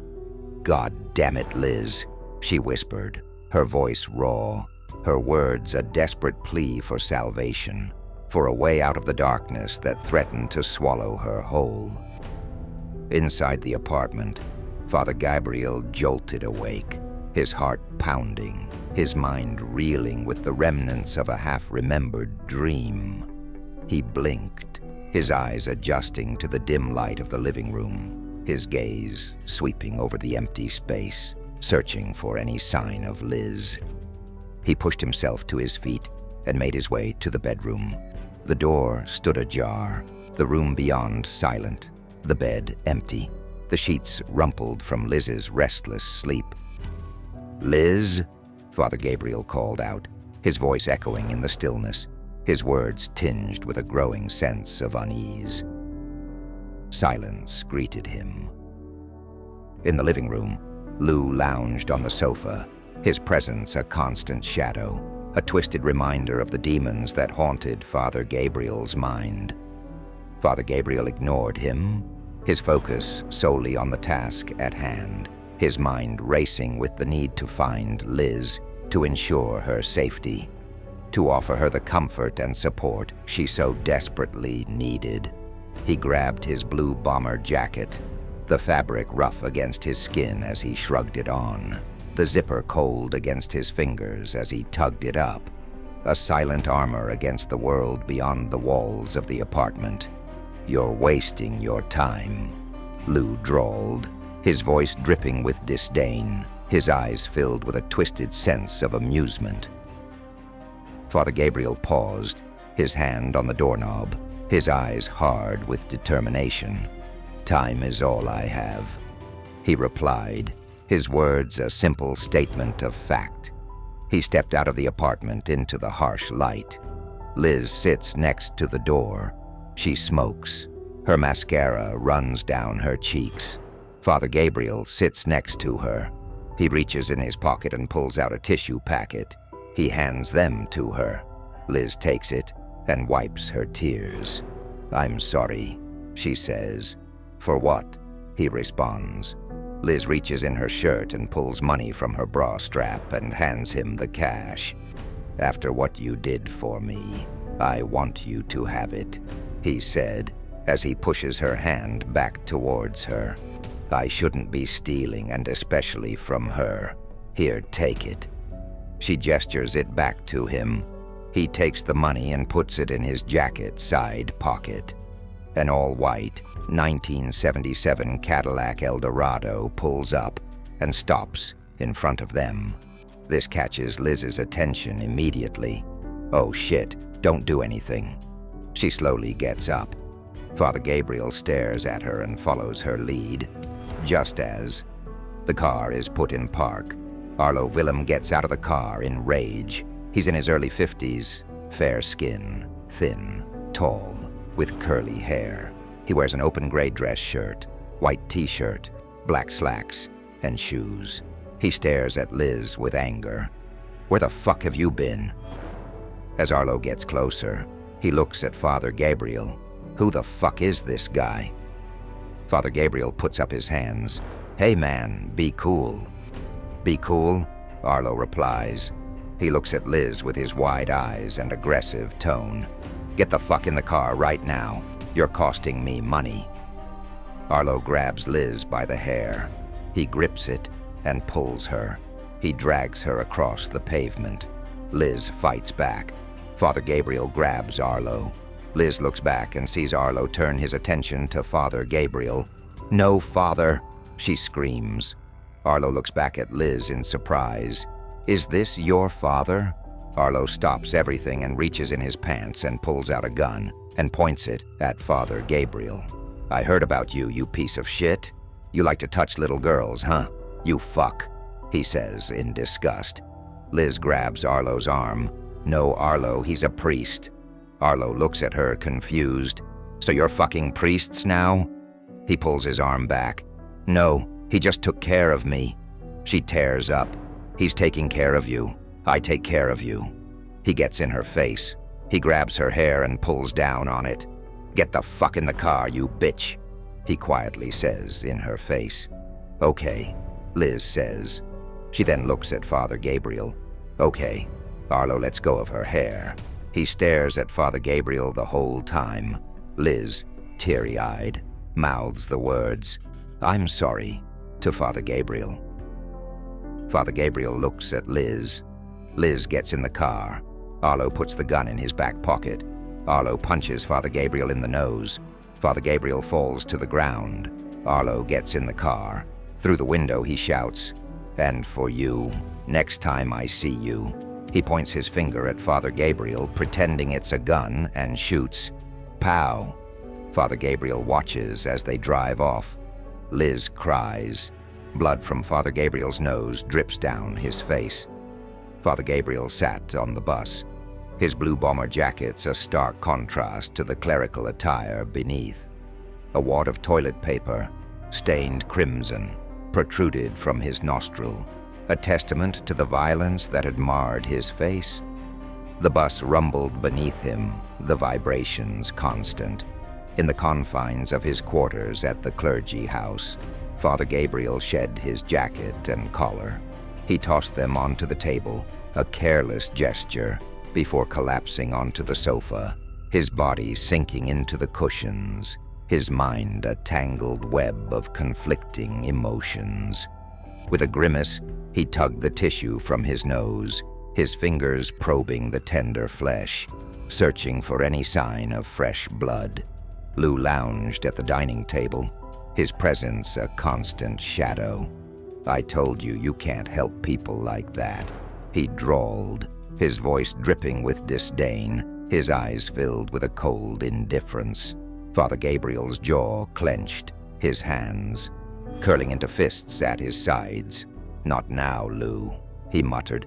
Lou leaned forward, his elbows resting on the table, his gaze boring into Father Gabriel's.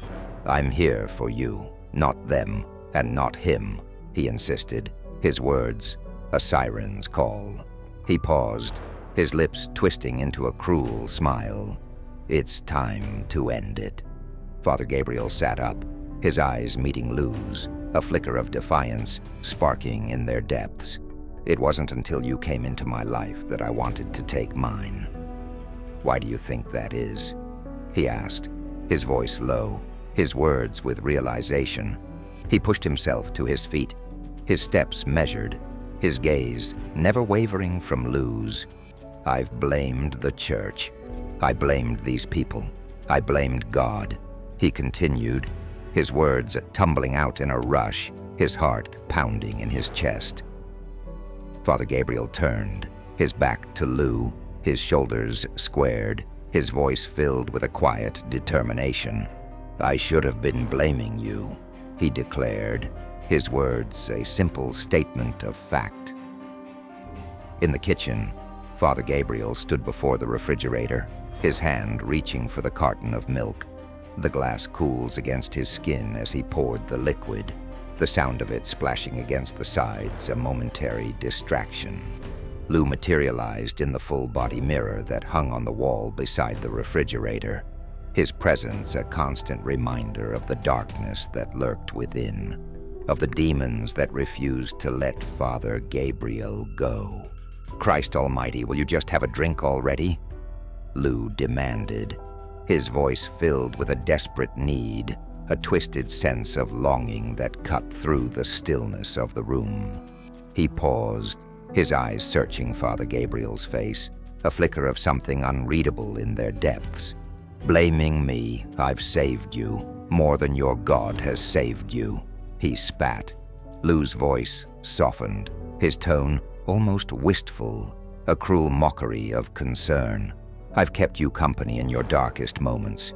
You wanted to die even before me. You gave up," he murmured, his eyes hardened, a flash of anger sparking in their depths. "You can blame me all you want, but I didn't see you do shit to Arlo.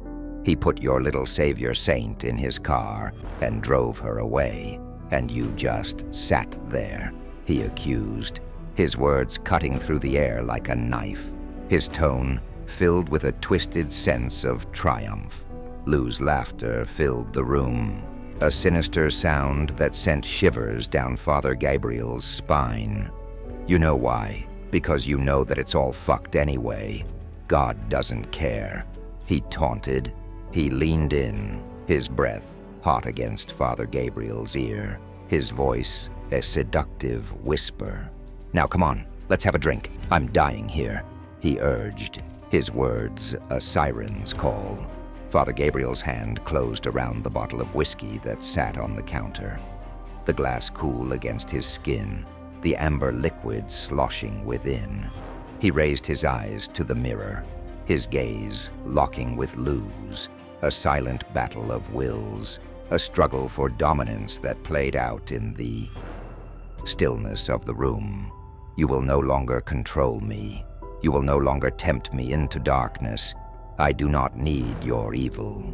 Satan, I rid you from my life," Father Gabriel declared, his voice rising, his words filled with a fierce resolve, a desperate need to break free from the chains that had bound him for so long.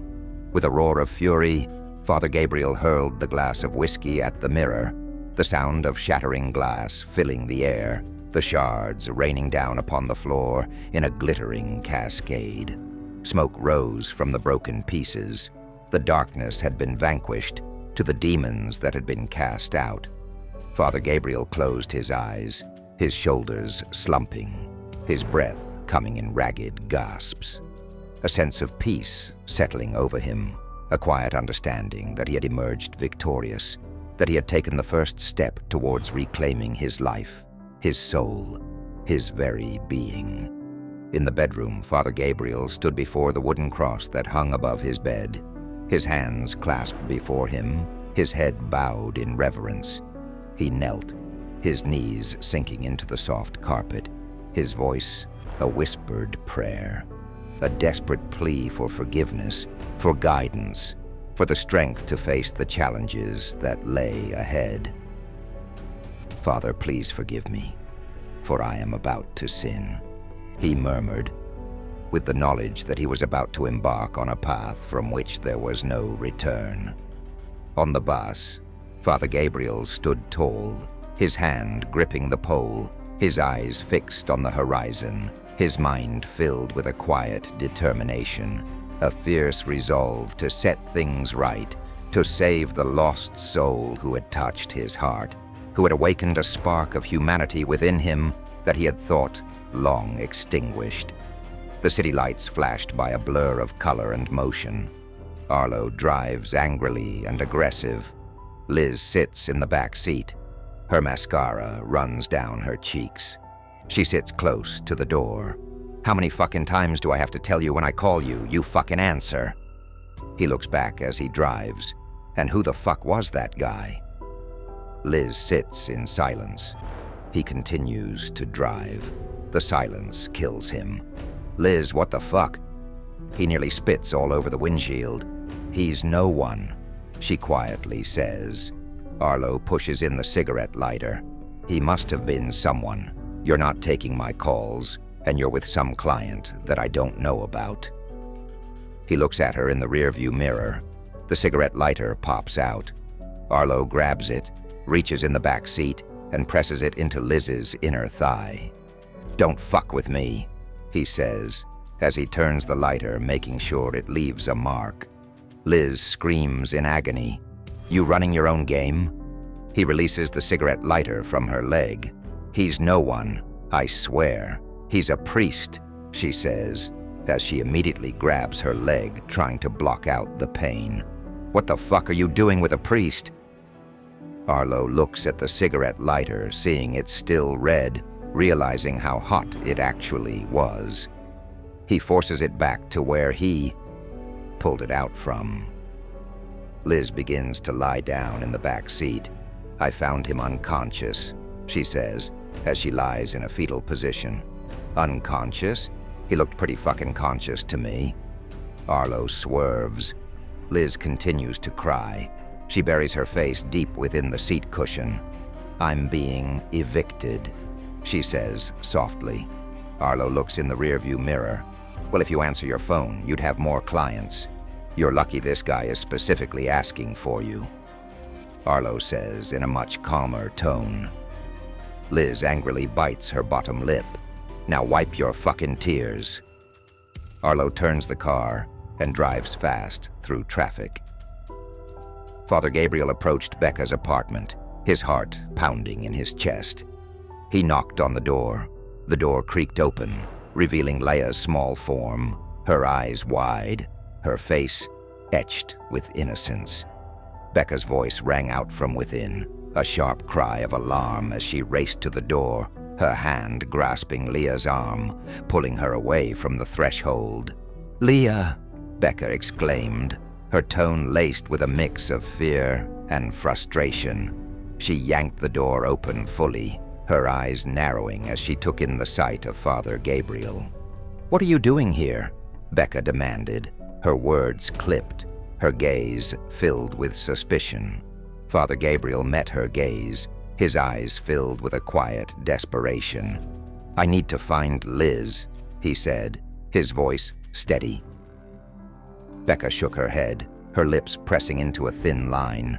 "I can't help you," she replied, her tone firm, her hand already pushing the door closed.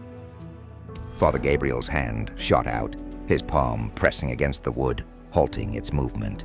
"Becca, please," he implored, his voice soft, his eyes searching her face for any sign of compassion. His gaze drifted to Leah, who stood beside Becca, her eyes wide, her face a mask of curiosity and confusion.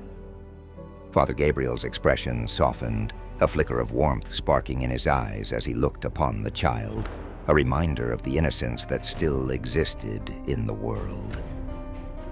Becca sighed, her shoulders slumping. "If she's not with Arlo, she'll probably be working on 6th and Canto." She relented. Father Gabriel nodded, his gratitude shining in his eyes as he looked once more at Leah. "I had fun yesterday," Leah said, her voice soft. Father Gabriel's lips twitched, a small smile playing on his face. "Me too," he replied, his words a gentle reminder of the bond they had forged. Becca's voice cut through the moment. "If you come across a girl named Magdalena, stick with her. She'll probably know best where to find Liz," she advised. "Thank you," Father Gabriel murmured. He turned to Leah, his eyes softening, his voice filled with a gentle warmth. "Thank you, Leah. Be a good girl." "Bye, Father," Leah replied, her hand raised in a small wave. Father Gabriel met Becca's gaze once more. With a final nod, he turned, his steps carrying him down the sidewalk, his mind steady. In the shadows, Dan sat, his fingers plucking at the strings of his guitar, the notes drifting through the night air. Father Gabriel's steps faltered as he approached, his eyes meeting Dan's. "You won't be able to save her. This is the only life she knows," Dan said. Father Gabriel paused, his gaze unwavering. "It's not her I'm trying to save," he replied. Dan watched him go, his fingers never ceasing their movements, the music a constant companion in the stillness of the night. Arlo pulls over and parks in front of a brick house. Liz looks at the house. "What are we doing here?" she says, confused. Arlo lights a cigarette. "Do I need your permission to come here to my good friend James's house?" he says, as he inhales and exhales. "I'm not going inside. I'll wait in the car," she says, as she looks away from the house. "Oh, no, you won't," he says, as he turns around aggressively looking at her. Liz flinches and pulls her head back. "I want nothing to do with him, not since last time. He's a total pig," she says, frightened. Arlo grabs his gun and rests it on the shoulder of the passenger seat. "Liz, I'm really getting tired of you. Now get the fuck out the car." His face calm, but more irritated than before. Liz opens the door. "Fuck you, Arlo," she says, as she gets out and slams the door. Arlo puts the gun in the passenger seat. Father Gabriel strode through the night, his footsteps echoing against the pavement as he crossed the street where Candy and Allie stood, their faces illuminated by the harsh glow of the streetlights. Their eyes widened as they took in the sight of the priest, his clerical attire a stark contrast to the gritty surroundings. "Excuse me," Father Gabriel said, his voice cutting through the stillness of the night. Candy's laughter filled the air, a harsh sound that grated on Father Gabriel's nerves. "Oh, look, girl, we've been saved," she exclaimed, her hands raised in mock worship as she knelt before him, her movements exaggerated, her eyes glinting with mischief. Allie stepped forward, her voice dropping to a seductive purr. No, hold up," she cooed, her words dripping with false innocence. "Father, I've been a bad girl. I think I need a spanking." She turned, presenting her backside to Father Gabriel, her skirt riding up as Candy's fingers grasped the hem, a wicked smile playing on her lips. Father Gabriel's jaw clenched, his hands curling into fists at his sides. "That's enough, girls. I'm looking for someone," he said, his voice firm, his tone leaving no room for argument. Candy sauntered towards him, her movements fluid, her body pressing against his as she leaned in, her breath hot against his ear. "It doesn't matter who you're looking for. You're here now, and you found yourself some candy," she purred, her teeth grazing his earlobe, sending a shiver down his spine. Allie joined in, her hands roaming over her own body, her movements suggestive, her eyes filled with a twisted desire. "What do you say, Father? You want some of this sweet? Ladies, this one's for me." A voice cut through the night, the words filled with a quiet authority. Candy and Allie turned, their eyes widening as Magdalena emerged from the shadows, her pink jacket a beacon in the darkness, her short skirt and towering heels a testament to her profession. She approached the group, her steps measured, her gaze fixed on Father Gabriel. Candy's lips twisted into a sneer, her eyes narrowing as she took in the sight of Magdalena. "Sorry, Magdalena, I didn't know he wanted a girl like you," she spat, her words dripping with disdain. Magdalena's laughter filled the air, a sound that sent shivers down Father Gabriel's spine. "Most of these men want a girl like me," she retorted, her voice filled with a quiet confidence. She paused, her gaze drifting over Father Gabriel, a flicker of understanding in her eyes. "But I think he's actually looking for someone. If anyone comes around looking for two skanks, I'll send them your way," she added, her words sharp, her tone leaving no room for argument. Allie and Candy exchanged a glance, their laughter filling the air as they turned to leave. "Come on, girl, let's leave these lovebirds alone," Candy called over her shoulder, her voice filled with a mocking sweetness. Magdalena watched them go, her eyes never leaving Father Gabriel's face. She took a drag from her cigarette, the smoke curling around her face. Father Gabriel's gaze drifted to her throat, his eyes widening as he caught sight of her Adam's apple. "Sorry, you look like you're new to this and those two aren't good to start with," Magdalena said, her voice soft. Father Gabriel shook his head, his eyes meeting hers. "No, you were right the first time," he replied. "I'm looking for someone." Magdalena's eyebrows shot up, surprise etched on her features. "Oh, okay. So you want a particular girl. What's her name? Or you want to try someone new?" she asked, her fingers trailing over his jacket collar. "Liz," Father Gabriel said, his voice steady, his gaze unwavering. "Liz? Zrenia Magdalena Povtorila." Father Gabriel nodded, his eyes filling with a quiet desperation. "Yeah, she's a little older than you. She lives up the road in Eden Apartments," he explained, his words rushing out in a jumble. Recognition dawned on Magdalena's face, a flicker of understanding in her eyes. "Oh, Lizzie, that's my girl," she said, her voice filled with a quiet affection. Father Gabriel's jaw clenched, his hands curling into fists at his sides. "She's in trouble," he said. Magdalena's laughter filled the air. "We all are, Father," she retorted. They turned, their steps carrying them down the alleyway, the darkness closing in around them.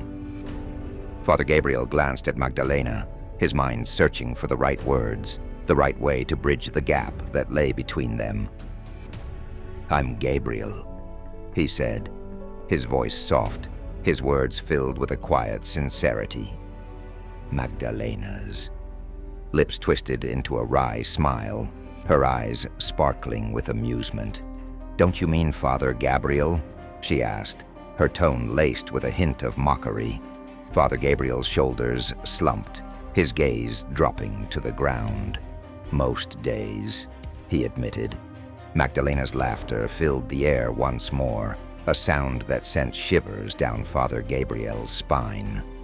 "Fuck, you're going to get me killed," she said. She tossed her cigarette to the ground, the embers glowing in the darkness. Father Gabriel's eyes narrowing in disapproval. "You shouldn't litter," he admonished. "You shouldn't talk to strangers," she retorted, in laughter. Father Gabriel's lips twitched, a small smile playing on his face. "And what's your name, Ms. Stranger?" he asked. "Magdalena," she replied. Father Gabriel chuckled, his eyes sparkling with amusement. "Magdalena?" he repeated, his tone laced with a hint of disbelief. "Yeah, what's so funny?" Magdalena demanded, her words sharp. Father Gabriel shook his head, his smile widening. "Nothing, it's ironic," he said. Magdalena's lips twisted into a wry smile, her eyes filled with a quiet confusion. "I don't know what that means," she admitted. Father Gabriel's laughter filled the air, a sound that sent warmth spreading through Magdalena's chest. "It's a Bible thing," he explained. Magdalena shrugged, her eyes averted, her voice filled with a quiet defiance. "I'm not religious," she said. She sneezed, the sound loud. "God bless you," Father Gabriel said.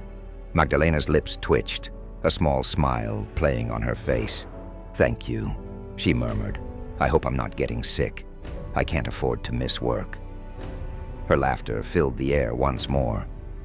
Later in James's house, Liz stands in front of the bathroom mirror and puts cover up on her giant black and blue bruise on her left eye.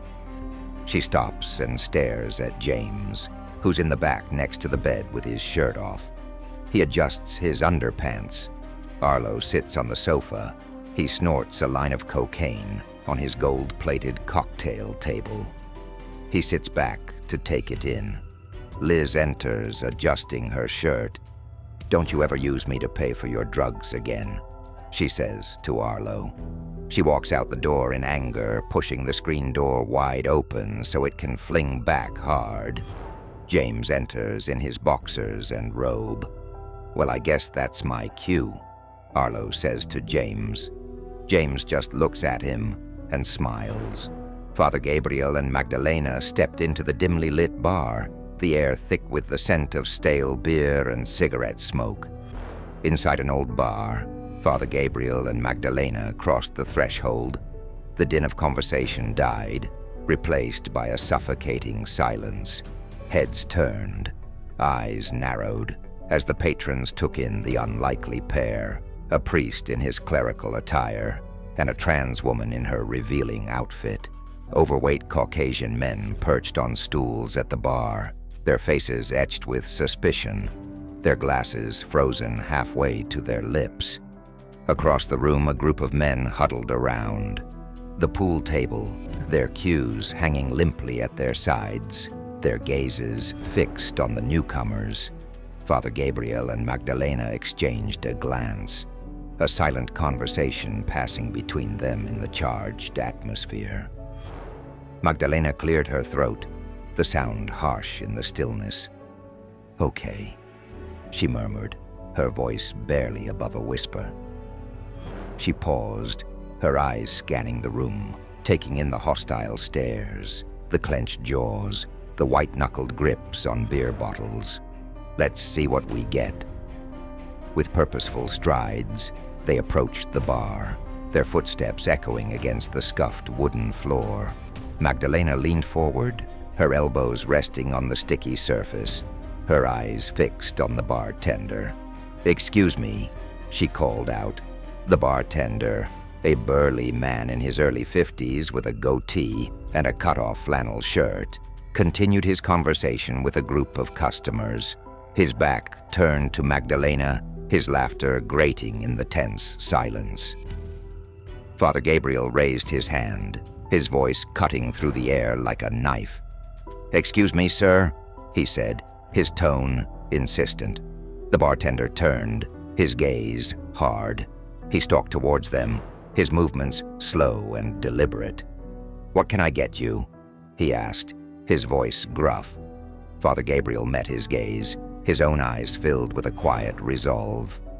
"We're actually looking for someone," he replied, his words measured, his tone even. Magdalena reached into her purse, her fingers fumbling for her phone. She pulled it out, the screen glowing in the dimness, a picture of Liz staring back at them. She held the phone out to the bartender, her hand trembling slightly. "And can I get a vodka and cranberry?" she asked. The bartender's lips twisted into a sneer, his eyes filled with disdain. "I don't serve your kind here," he spat. "What do you mean?" Magdalena asked, her voice rising. She paused, her mind racing, her heart pounding in her chest. "We come in here all the time." The bartender's laughter filled the air, a harsh sound that grated on their nerves. "Not on biker night," he replied. Magdalena's hand shot out, her fingers curling around the bartender's wrist, a silent plea for mercy. The bartender looks down at her hand, then punches Magdalena in the face with his other. Magdalena falls to the ground. "Don't fucking touch me, you faggot!" The bartender screams at Magdalena. Father Gabriel steps forward. "Come on, man, was that necessary?" He lowers himself to comfort Magdalena. "Are you okay?" he asks her. Blood runs from Magdalena's nose. She touches it and sees the blood. She's more concerned that it ruined her makeup. "Oh, great fuck," she says to herself. "Come on, let's get out of here," Father Gabriel says to her. He slowly picks her up from the floor. "No, we have to find Liz. Besides, these men don't scare me. My dad used to do shit like that all the time. It doesn't bother me," she says as she adjusts her clothes. "Well, it bothers me," he responds. "Father." Gabriel turns his attention to the bartender that hit Magdalena. "Hey!" Father Gabriel shouts at him. The bartender stops talking to one of the patrons and stares at him.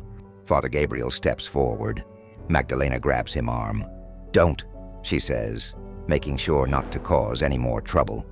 "Let's get out of here," she continues. As they walk towards the exit, a random man grabs Magdalena's arm and whispers in her ear. She ignores him, grabs Father Gabriel, and leaves that god-forsaken establishment. Outside the bar, the night air had a stench of stale cigarettes and spilled beer. Magdalena rummaged through her purse, her fingers trembling as she searched for a tissue. She pressed it against her bleeding nose, tilting her head back, a hiss of pain escaping her lips. "What did he say?" he asked, his voice low. Magdalena's lips twisted into a bitter smile, her words dripping with sarcasm. "How much he likes my tits!" she spat. She strode down the street. Father Gabriel followed. In the convenience store, the fluorescent glow of the signs casting an eerie pallor over the shelves of snacks and sundries. Magdalena pushed through the door, her voice ringing out in the stillness. "Heal-loo," she called, her words slurred, her tone laced with a desperate need. She paused, her gaze sweeping over the aisles. "What aisle is the tissue?" Clark, the store clerk, stood with his back turned, his hands busy restocking cigarettes. "Aisle 2, he replied, his voice flat, his attention focused solely on the task at hand. Father Gabriel entered, his presence a silent shadow.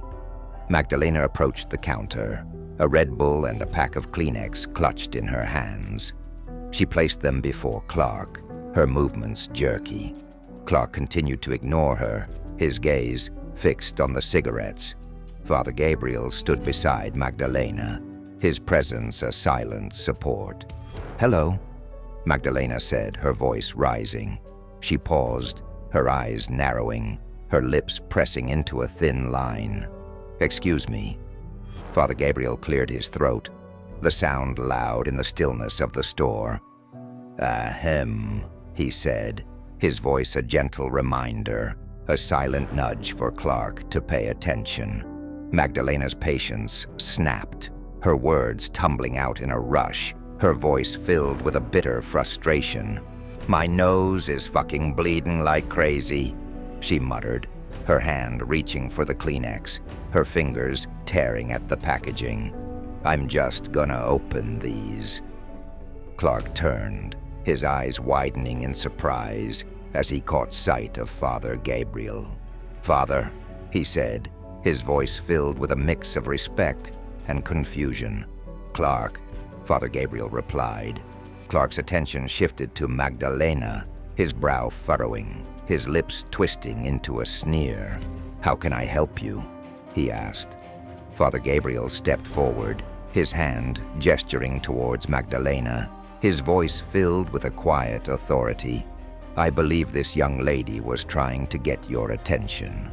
Clark's gaze shifted to Magdalena, his expression softening, his tone becoming more professional. "Yes, how can I help you?" he asked. Magdalena turned to Father Gabriel, her eyes filled with gratitude, her voice soft, almost reverent. "Thank you, Father," she murmured. She paused, her attention shifting back to Clark. "I'll take these, please." Clark rang up the items. 5.29, he said. Magdalena's eyes widened, her hand reaching for her purse, her fingers searching for money that wasn't there. She turned to Father Gabriel. "Father, can I borrow $5.29? she asked. Father Gabriel nodded, his hand already reaching for his pocket, his fingers closing around his credit card. "Sure," he replied. He slid the card into the Ingenico ICT 250 machine. "Do you know the woman I came in with the other day?" he asked, his voice low, his eyes searching Clark's face for any sign of recognition, of understanding. "Father, there's a lot of women that come in here." Clark stammered, his words stumbling over each other, his mind racing to find the right response, the politically correct answer that wouldn't offend the priest before him. Father Gabriel's gaze never wavered. "Yes, but how many women do you see me come in with?" he asked, his words a simple statement of fact. Clark's eyes darted to Magdalena, a flicker of something unreadable in their depths. "Just that one," he replied. Father Gabriel followed his gaze, his own eyes settling on Magdalena.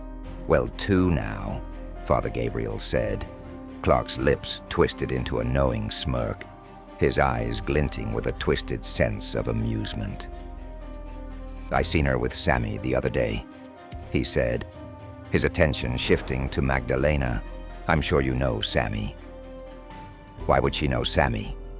Father Gabriel asked. Clark's laughter filled the air, a harsh sound that grated on their nerves. "They all know Sammy," he spat. Father Gabriel turned to Magdalena, his eyes searching her face. Magdalena's shoulders slumped. "We do," she admitted. Father Gabriel nodded, his expression grim. "Oh well, good to know," he said. Magdalena reached for the Red Bull, her fingers trembling as she popped the tab, the hiss of the carbonation filling the air. She raised the can to her lips, the liquid burning a path down her throat. She turned on her heel and made her way towards the exit. On the bus, the air was thick with the stench of sweat, the seats filled with the dregs of society. Father Gabriel and Magdalena stood, their bodies swaying with the motion of the bus, their eyes fixed on the 2 middle-aged women who sat across from them, their gazes filled with disgust, with a silent judgment. Magdalena shifted, her legs aching, her feet throbbing with the pain of 1,000 steps. "My legs are fucking killing me," she muttered. Her eyes scanned the seats, settling on 2 empty spots nearby. She made her way towards them, her movements slow with exhaustion.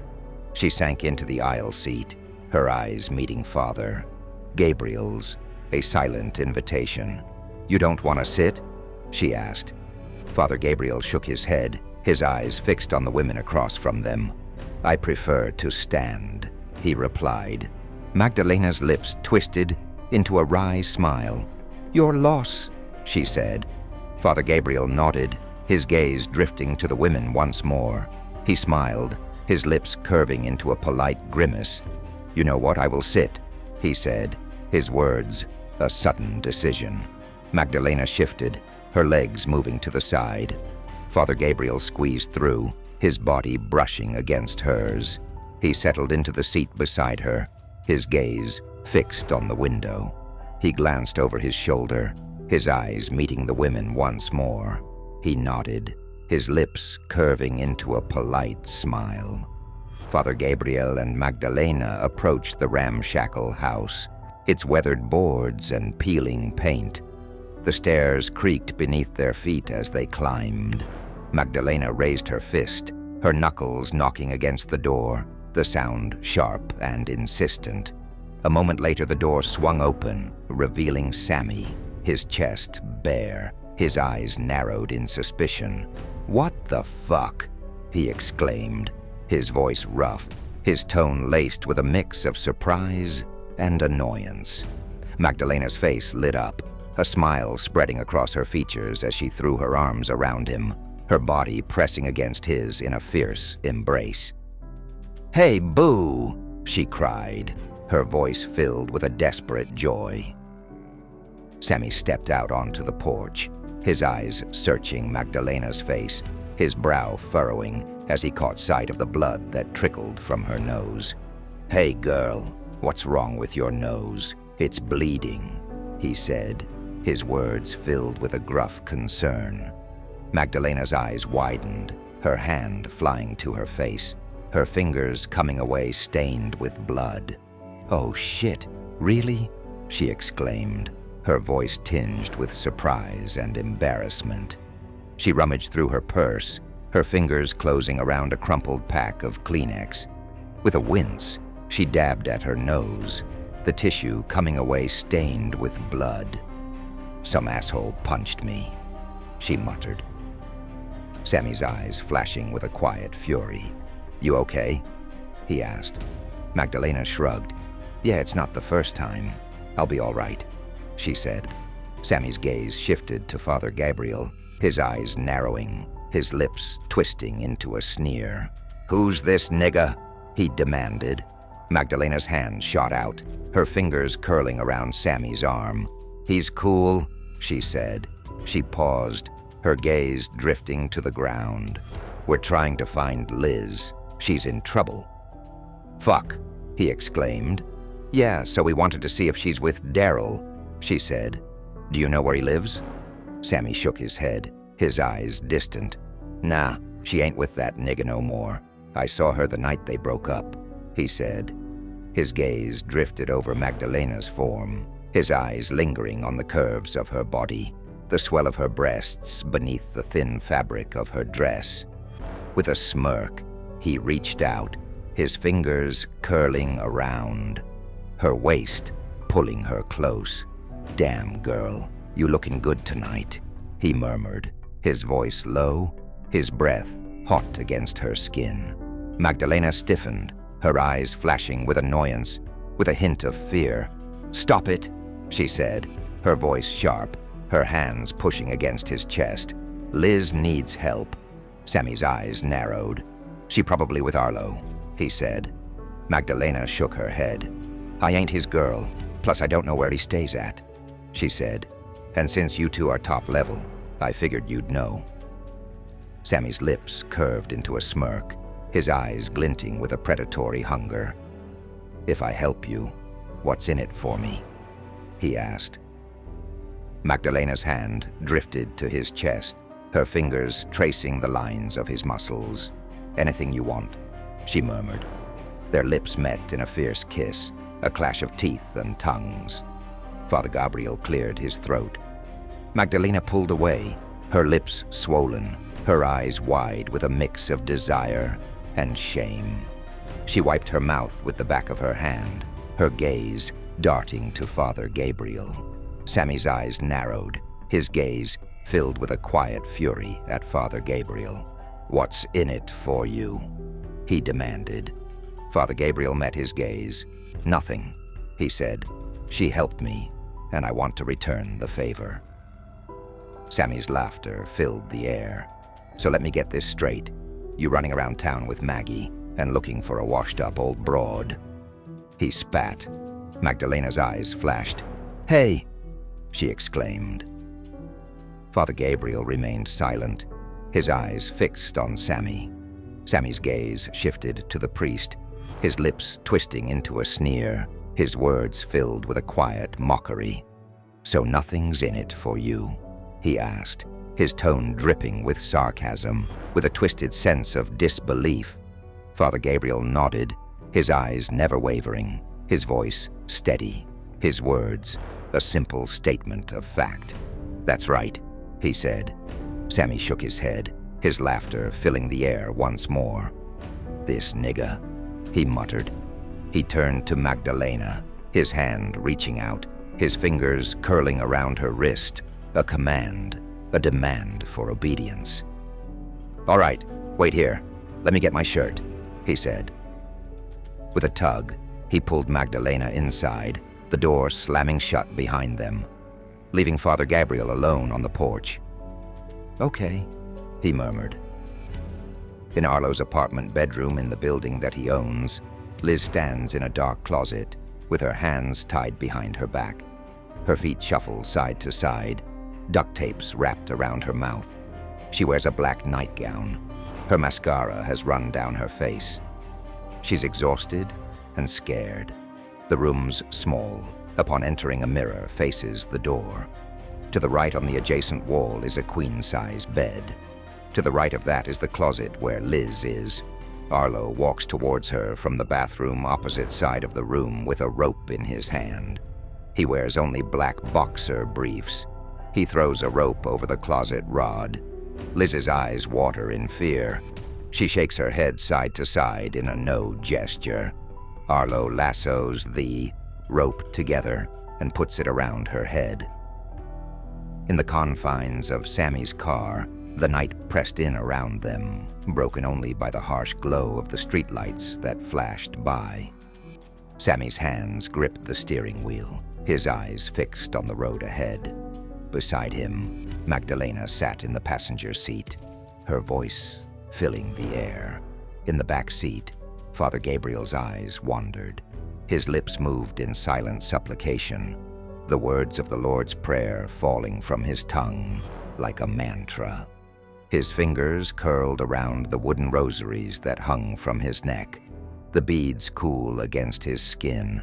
The car slowed, Sammy guiding it to the curb with a practiced ease. He glanced over his shoulder, his eyes meeting Father Gabriel's in the rearview mirror. "All right, this is it," Sammy said, his voice low. Father Gabriel nodded, his gaze drifting to the building that loomed before them, its windows dark. He drew in a deep breath, his shoulders squaring, his jaw clenching with determination. "Thank you, Sammy," he said. He pushed open the door, his feet hitting the pavement with a dull thud. Magdalena followed, her movements quick. "So are you going to be okay in there?" she asked. She raised a cigarette to her lips, taking a deep drag before tossing it aside. "You shouldn't smoke so much," he said. Magdalena's lips twitched, a small smile playing at the corners of her mouth. "Yes, Father," she murmured. "I'm still on the clock, so I show my face there, and it won't be good for me," she said.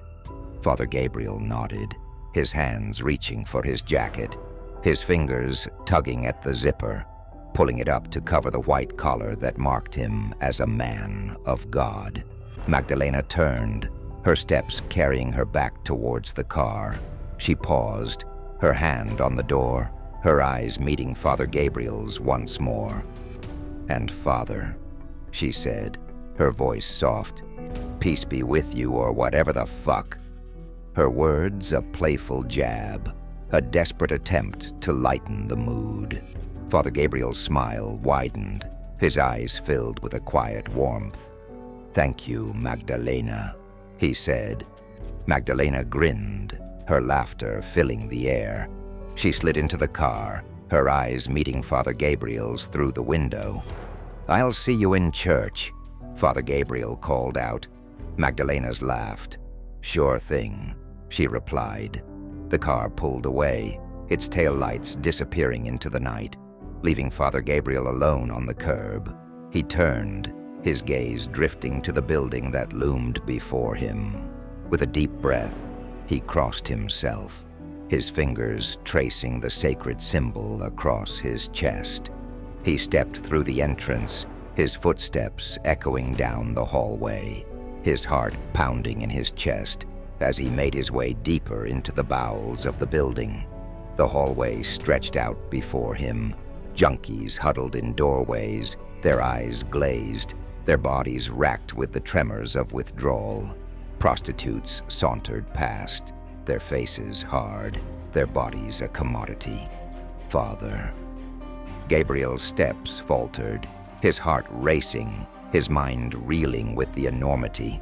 He approached a door, his hand trembling as he reached for the handle, his fingers curling around the cool metal.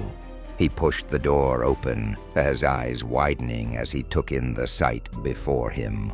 A woman sat on the bed, her body barely covered by the sheer fabric of her underwear, her breasts bared to the world, and her face a mask of pain. Father Gabriel stood in the doorway. "Do you know where I can find Arlo?" he asked. The woman rose from the bed, her movements slow. She made her way towards him. She stood before him, her eyes meeting his. With trembling fingers, she reached out, her hand curling around the zipper of his jacket, tugging it down to reveal the white collar that marked him as a man of God. Her lips met his, a moment of connection. Father Gabriel stood frozen, his mind reeling. The woman pulled away, her eyes filled with a quiet understanding.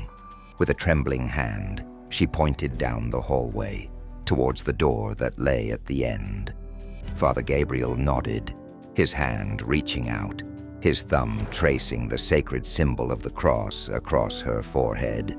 The woman's eyes fluttered closed, her body trembling beneath his touch. With a final glance, Father Gabriel turned, his steps carrying him down the hallway. His pace quickened, his fear giving way to a quiet determination. He reached the end of the hallway, his hand hovering over the doorknob, his heart pounding in his chest. With trembling fingers, he reached into his pocket, his hand closing around the shard of broken mirror, the jagged edges cutting into his skin. With a deep breath, he turned the knob, the sound of the latch giving way beneath his fingers. As Father Gabriel opens the door, he sees a full-length mirror facing him. In the reflection of the mirror, he can see Liz as she dangles from the rod with the rope tied around her neck. Her toes glide across the floor. She cries. Arlo stands in front of her fully nude and strokes his erect penis. Father Gabriel walks up slowly. "Ah, yes, don't worry, Liz, I'm not going to let you die. This is your punishment for being a bad girl. Keep your eyes on me," Arlo says as he vigorously masturbates. Father Gabriel stands directly behind Arlo. Liz stops crying as she sees Father Gabriel. She stares in surprise. Arlo sees Liz's eye focus behind him. He turns around and sees Father Gabriel. "What the fuck?" Arlo says, very surprised. Arlo rushes and grabs Father Gabriel by the neck with both his hands. He falls on top of him. They fall to the ground. Father Gabriel chokes. His eyes glaze over. He grips the mirror shard. His hand bleeds. He sticks it in the left side of Arlo's ribs. Arlo goes into shock. His eyes look straight ahead. His grip on Father Gabriel's neck loosens. Father Gabriel turns the mirror shard in his side. Arlo's mouth opens and blood spills out. Father Gabriel pushes Arlo off of him. In the dimly lit hallway of Arlo's apartment building, a hushed silence fell over the gathered crowd. Prostitutes and men, their faces etched with a mix of curiosity and fear, stood transfixed, their eyes locked on the figure that emerged from the depths of the building, a broken angel cradled in his arms. Father Gabriel strode forward, his steps purposeful, his gaze fixed straight ahead. In his arms, Liz lay limp, her body battered, her spirit shattered by the horrors she had endured. He pushed through the entrance, the cool night air hitting his face. With gentle hands, he lowered Liz to the ground, his fingers trembling as he slipped his jacket from his shoulders, draping it over her fragile form. The screech of tires against pavement grew louder. Sammy's car careened to a stop before them, the passenger door flying open, a blur of motion as Magdalena leapt from the vehicle, her feet hitting the ground before the car had fully ceased its movement. "I realized you have no way to get back," she called out. Her gaze fell on Liz, her eyes widening, her heart clenching at the sight of her friend, her sister, broken and bruised, a shell of the woman she had once been. "Liz!" she cried, her voice breaking, her arms reaching out, enveloping Liz in a fierce embrace. "Oh my, Liz, are you okay?"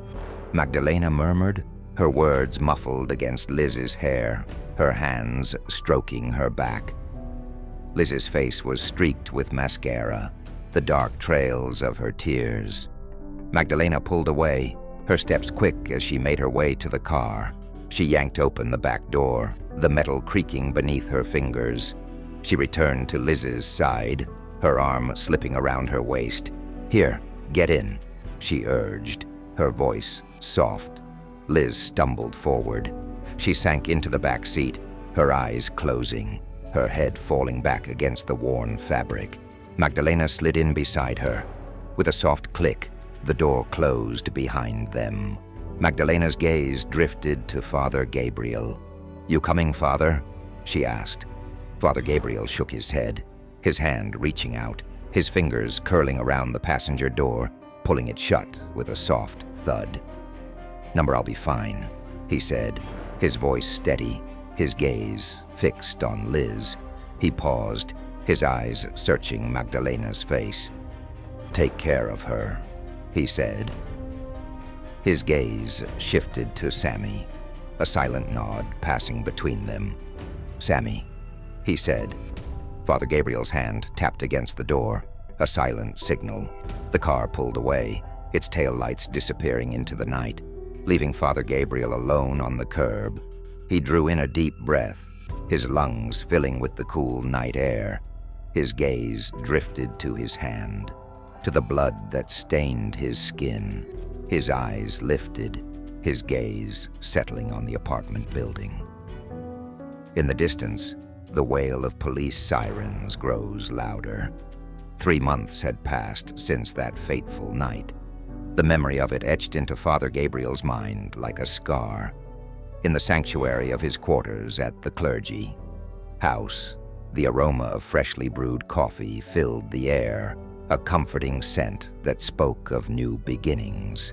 The bedsheets were crisp and smooth, tucked with military precision, a silent testament to the order he had imposed upon his surroundings. Father Gabriel knelt before the open window, his eyes closed, his lips moving in silent prayer as the first rays of the sun crept over the horizon, bathing the room in a soft, golden glow. The warmth of the light caressed his face. In the kitchen, the sizzle of eggs filled the air, mingling with the rich aroma of coffee. Father Gabriel moved with a quiet efficiency, his hands deft as he scrambled the eggs. He sat at the table, his eyes scanning the pages of the newspaper, his mind absorbing the news of the day, the triumphs and tragedies that shaped the world beyond the walls of the clergy house.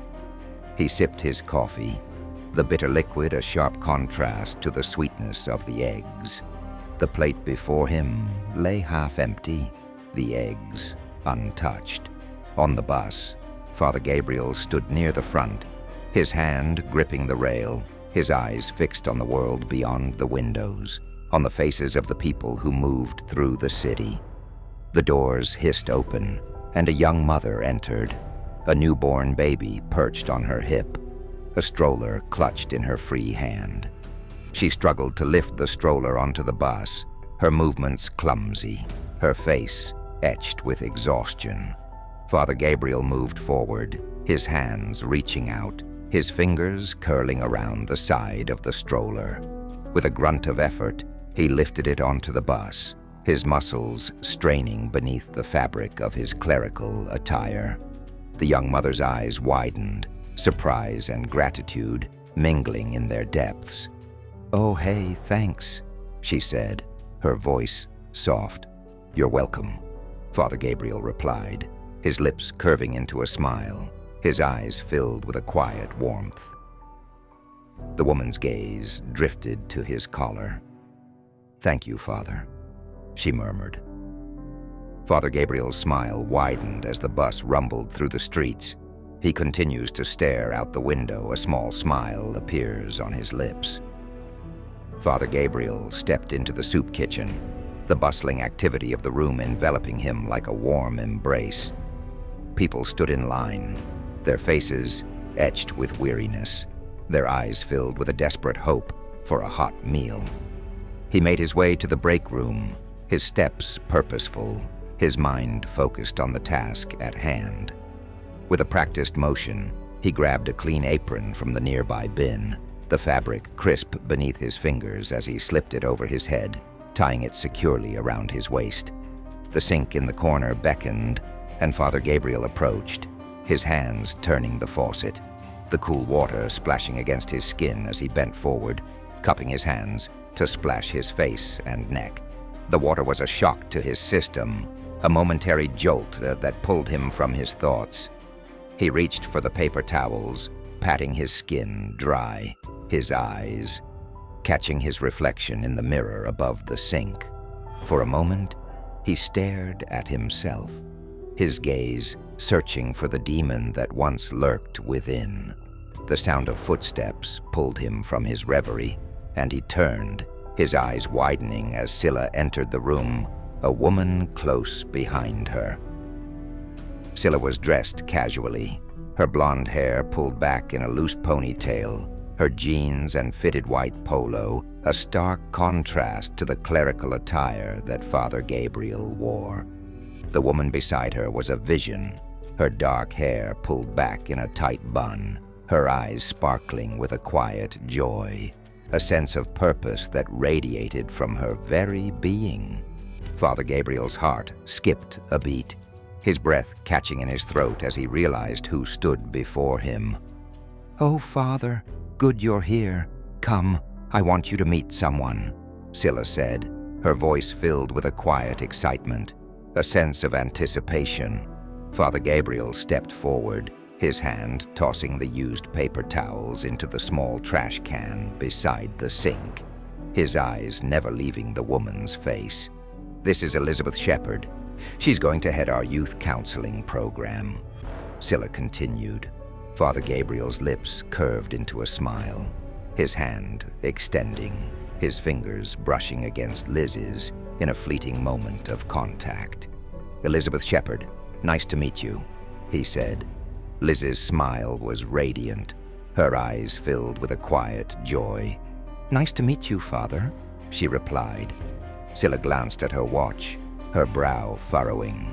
"Well, we should be on our way.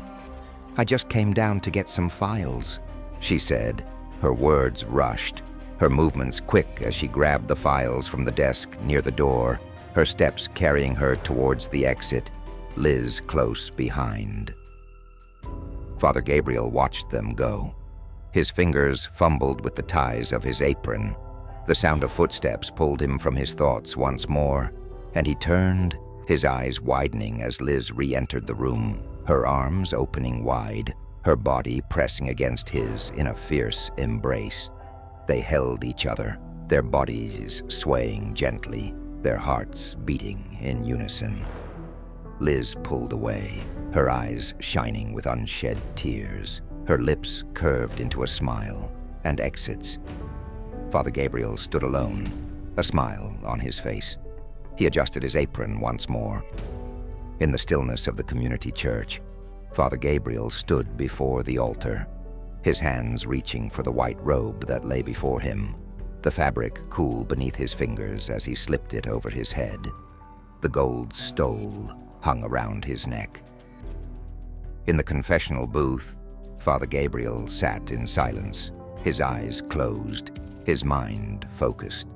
The sound of the curtain parting pulled him from his thoughts, and he opened his eyes, his gaze settling on the small form that knelt before him, a boy of no more than 11.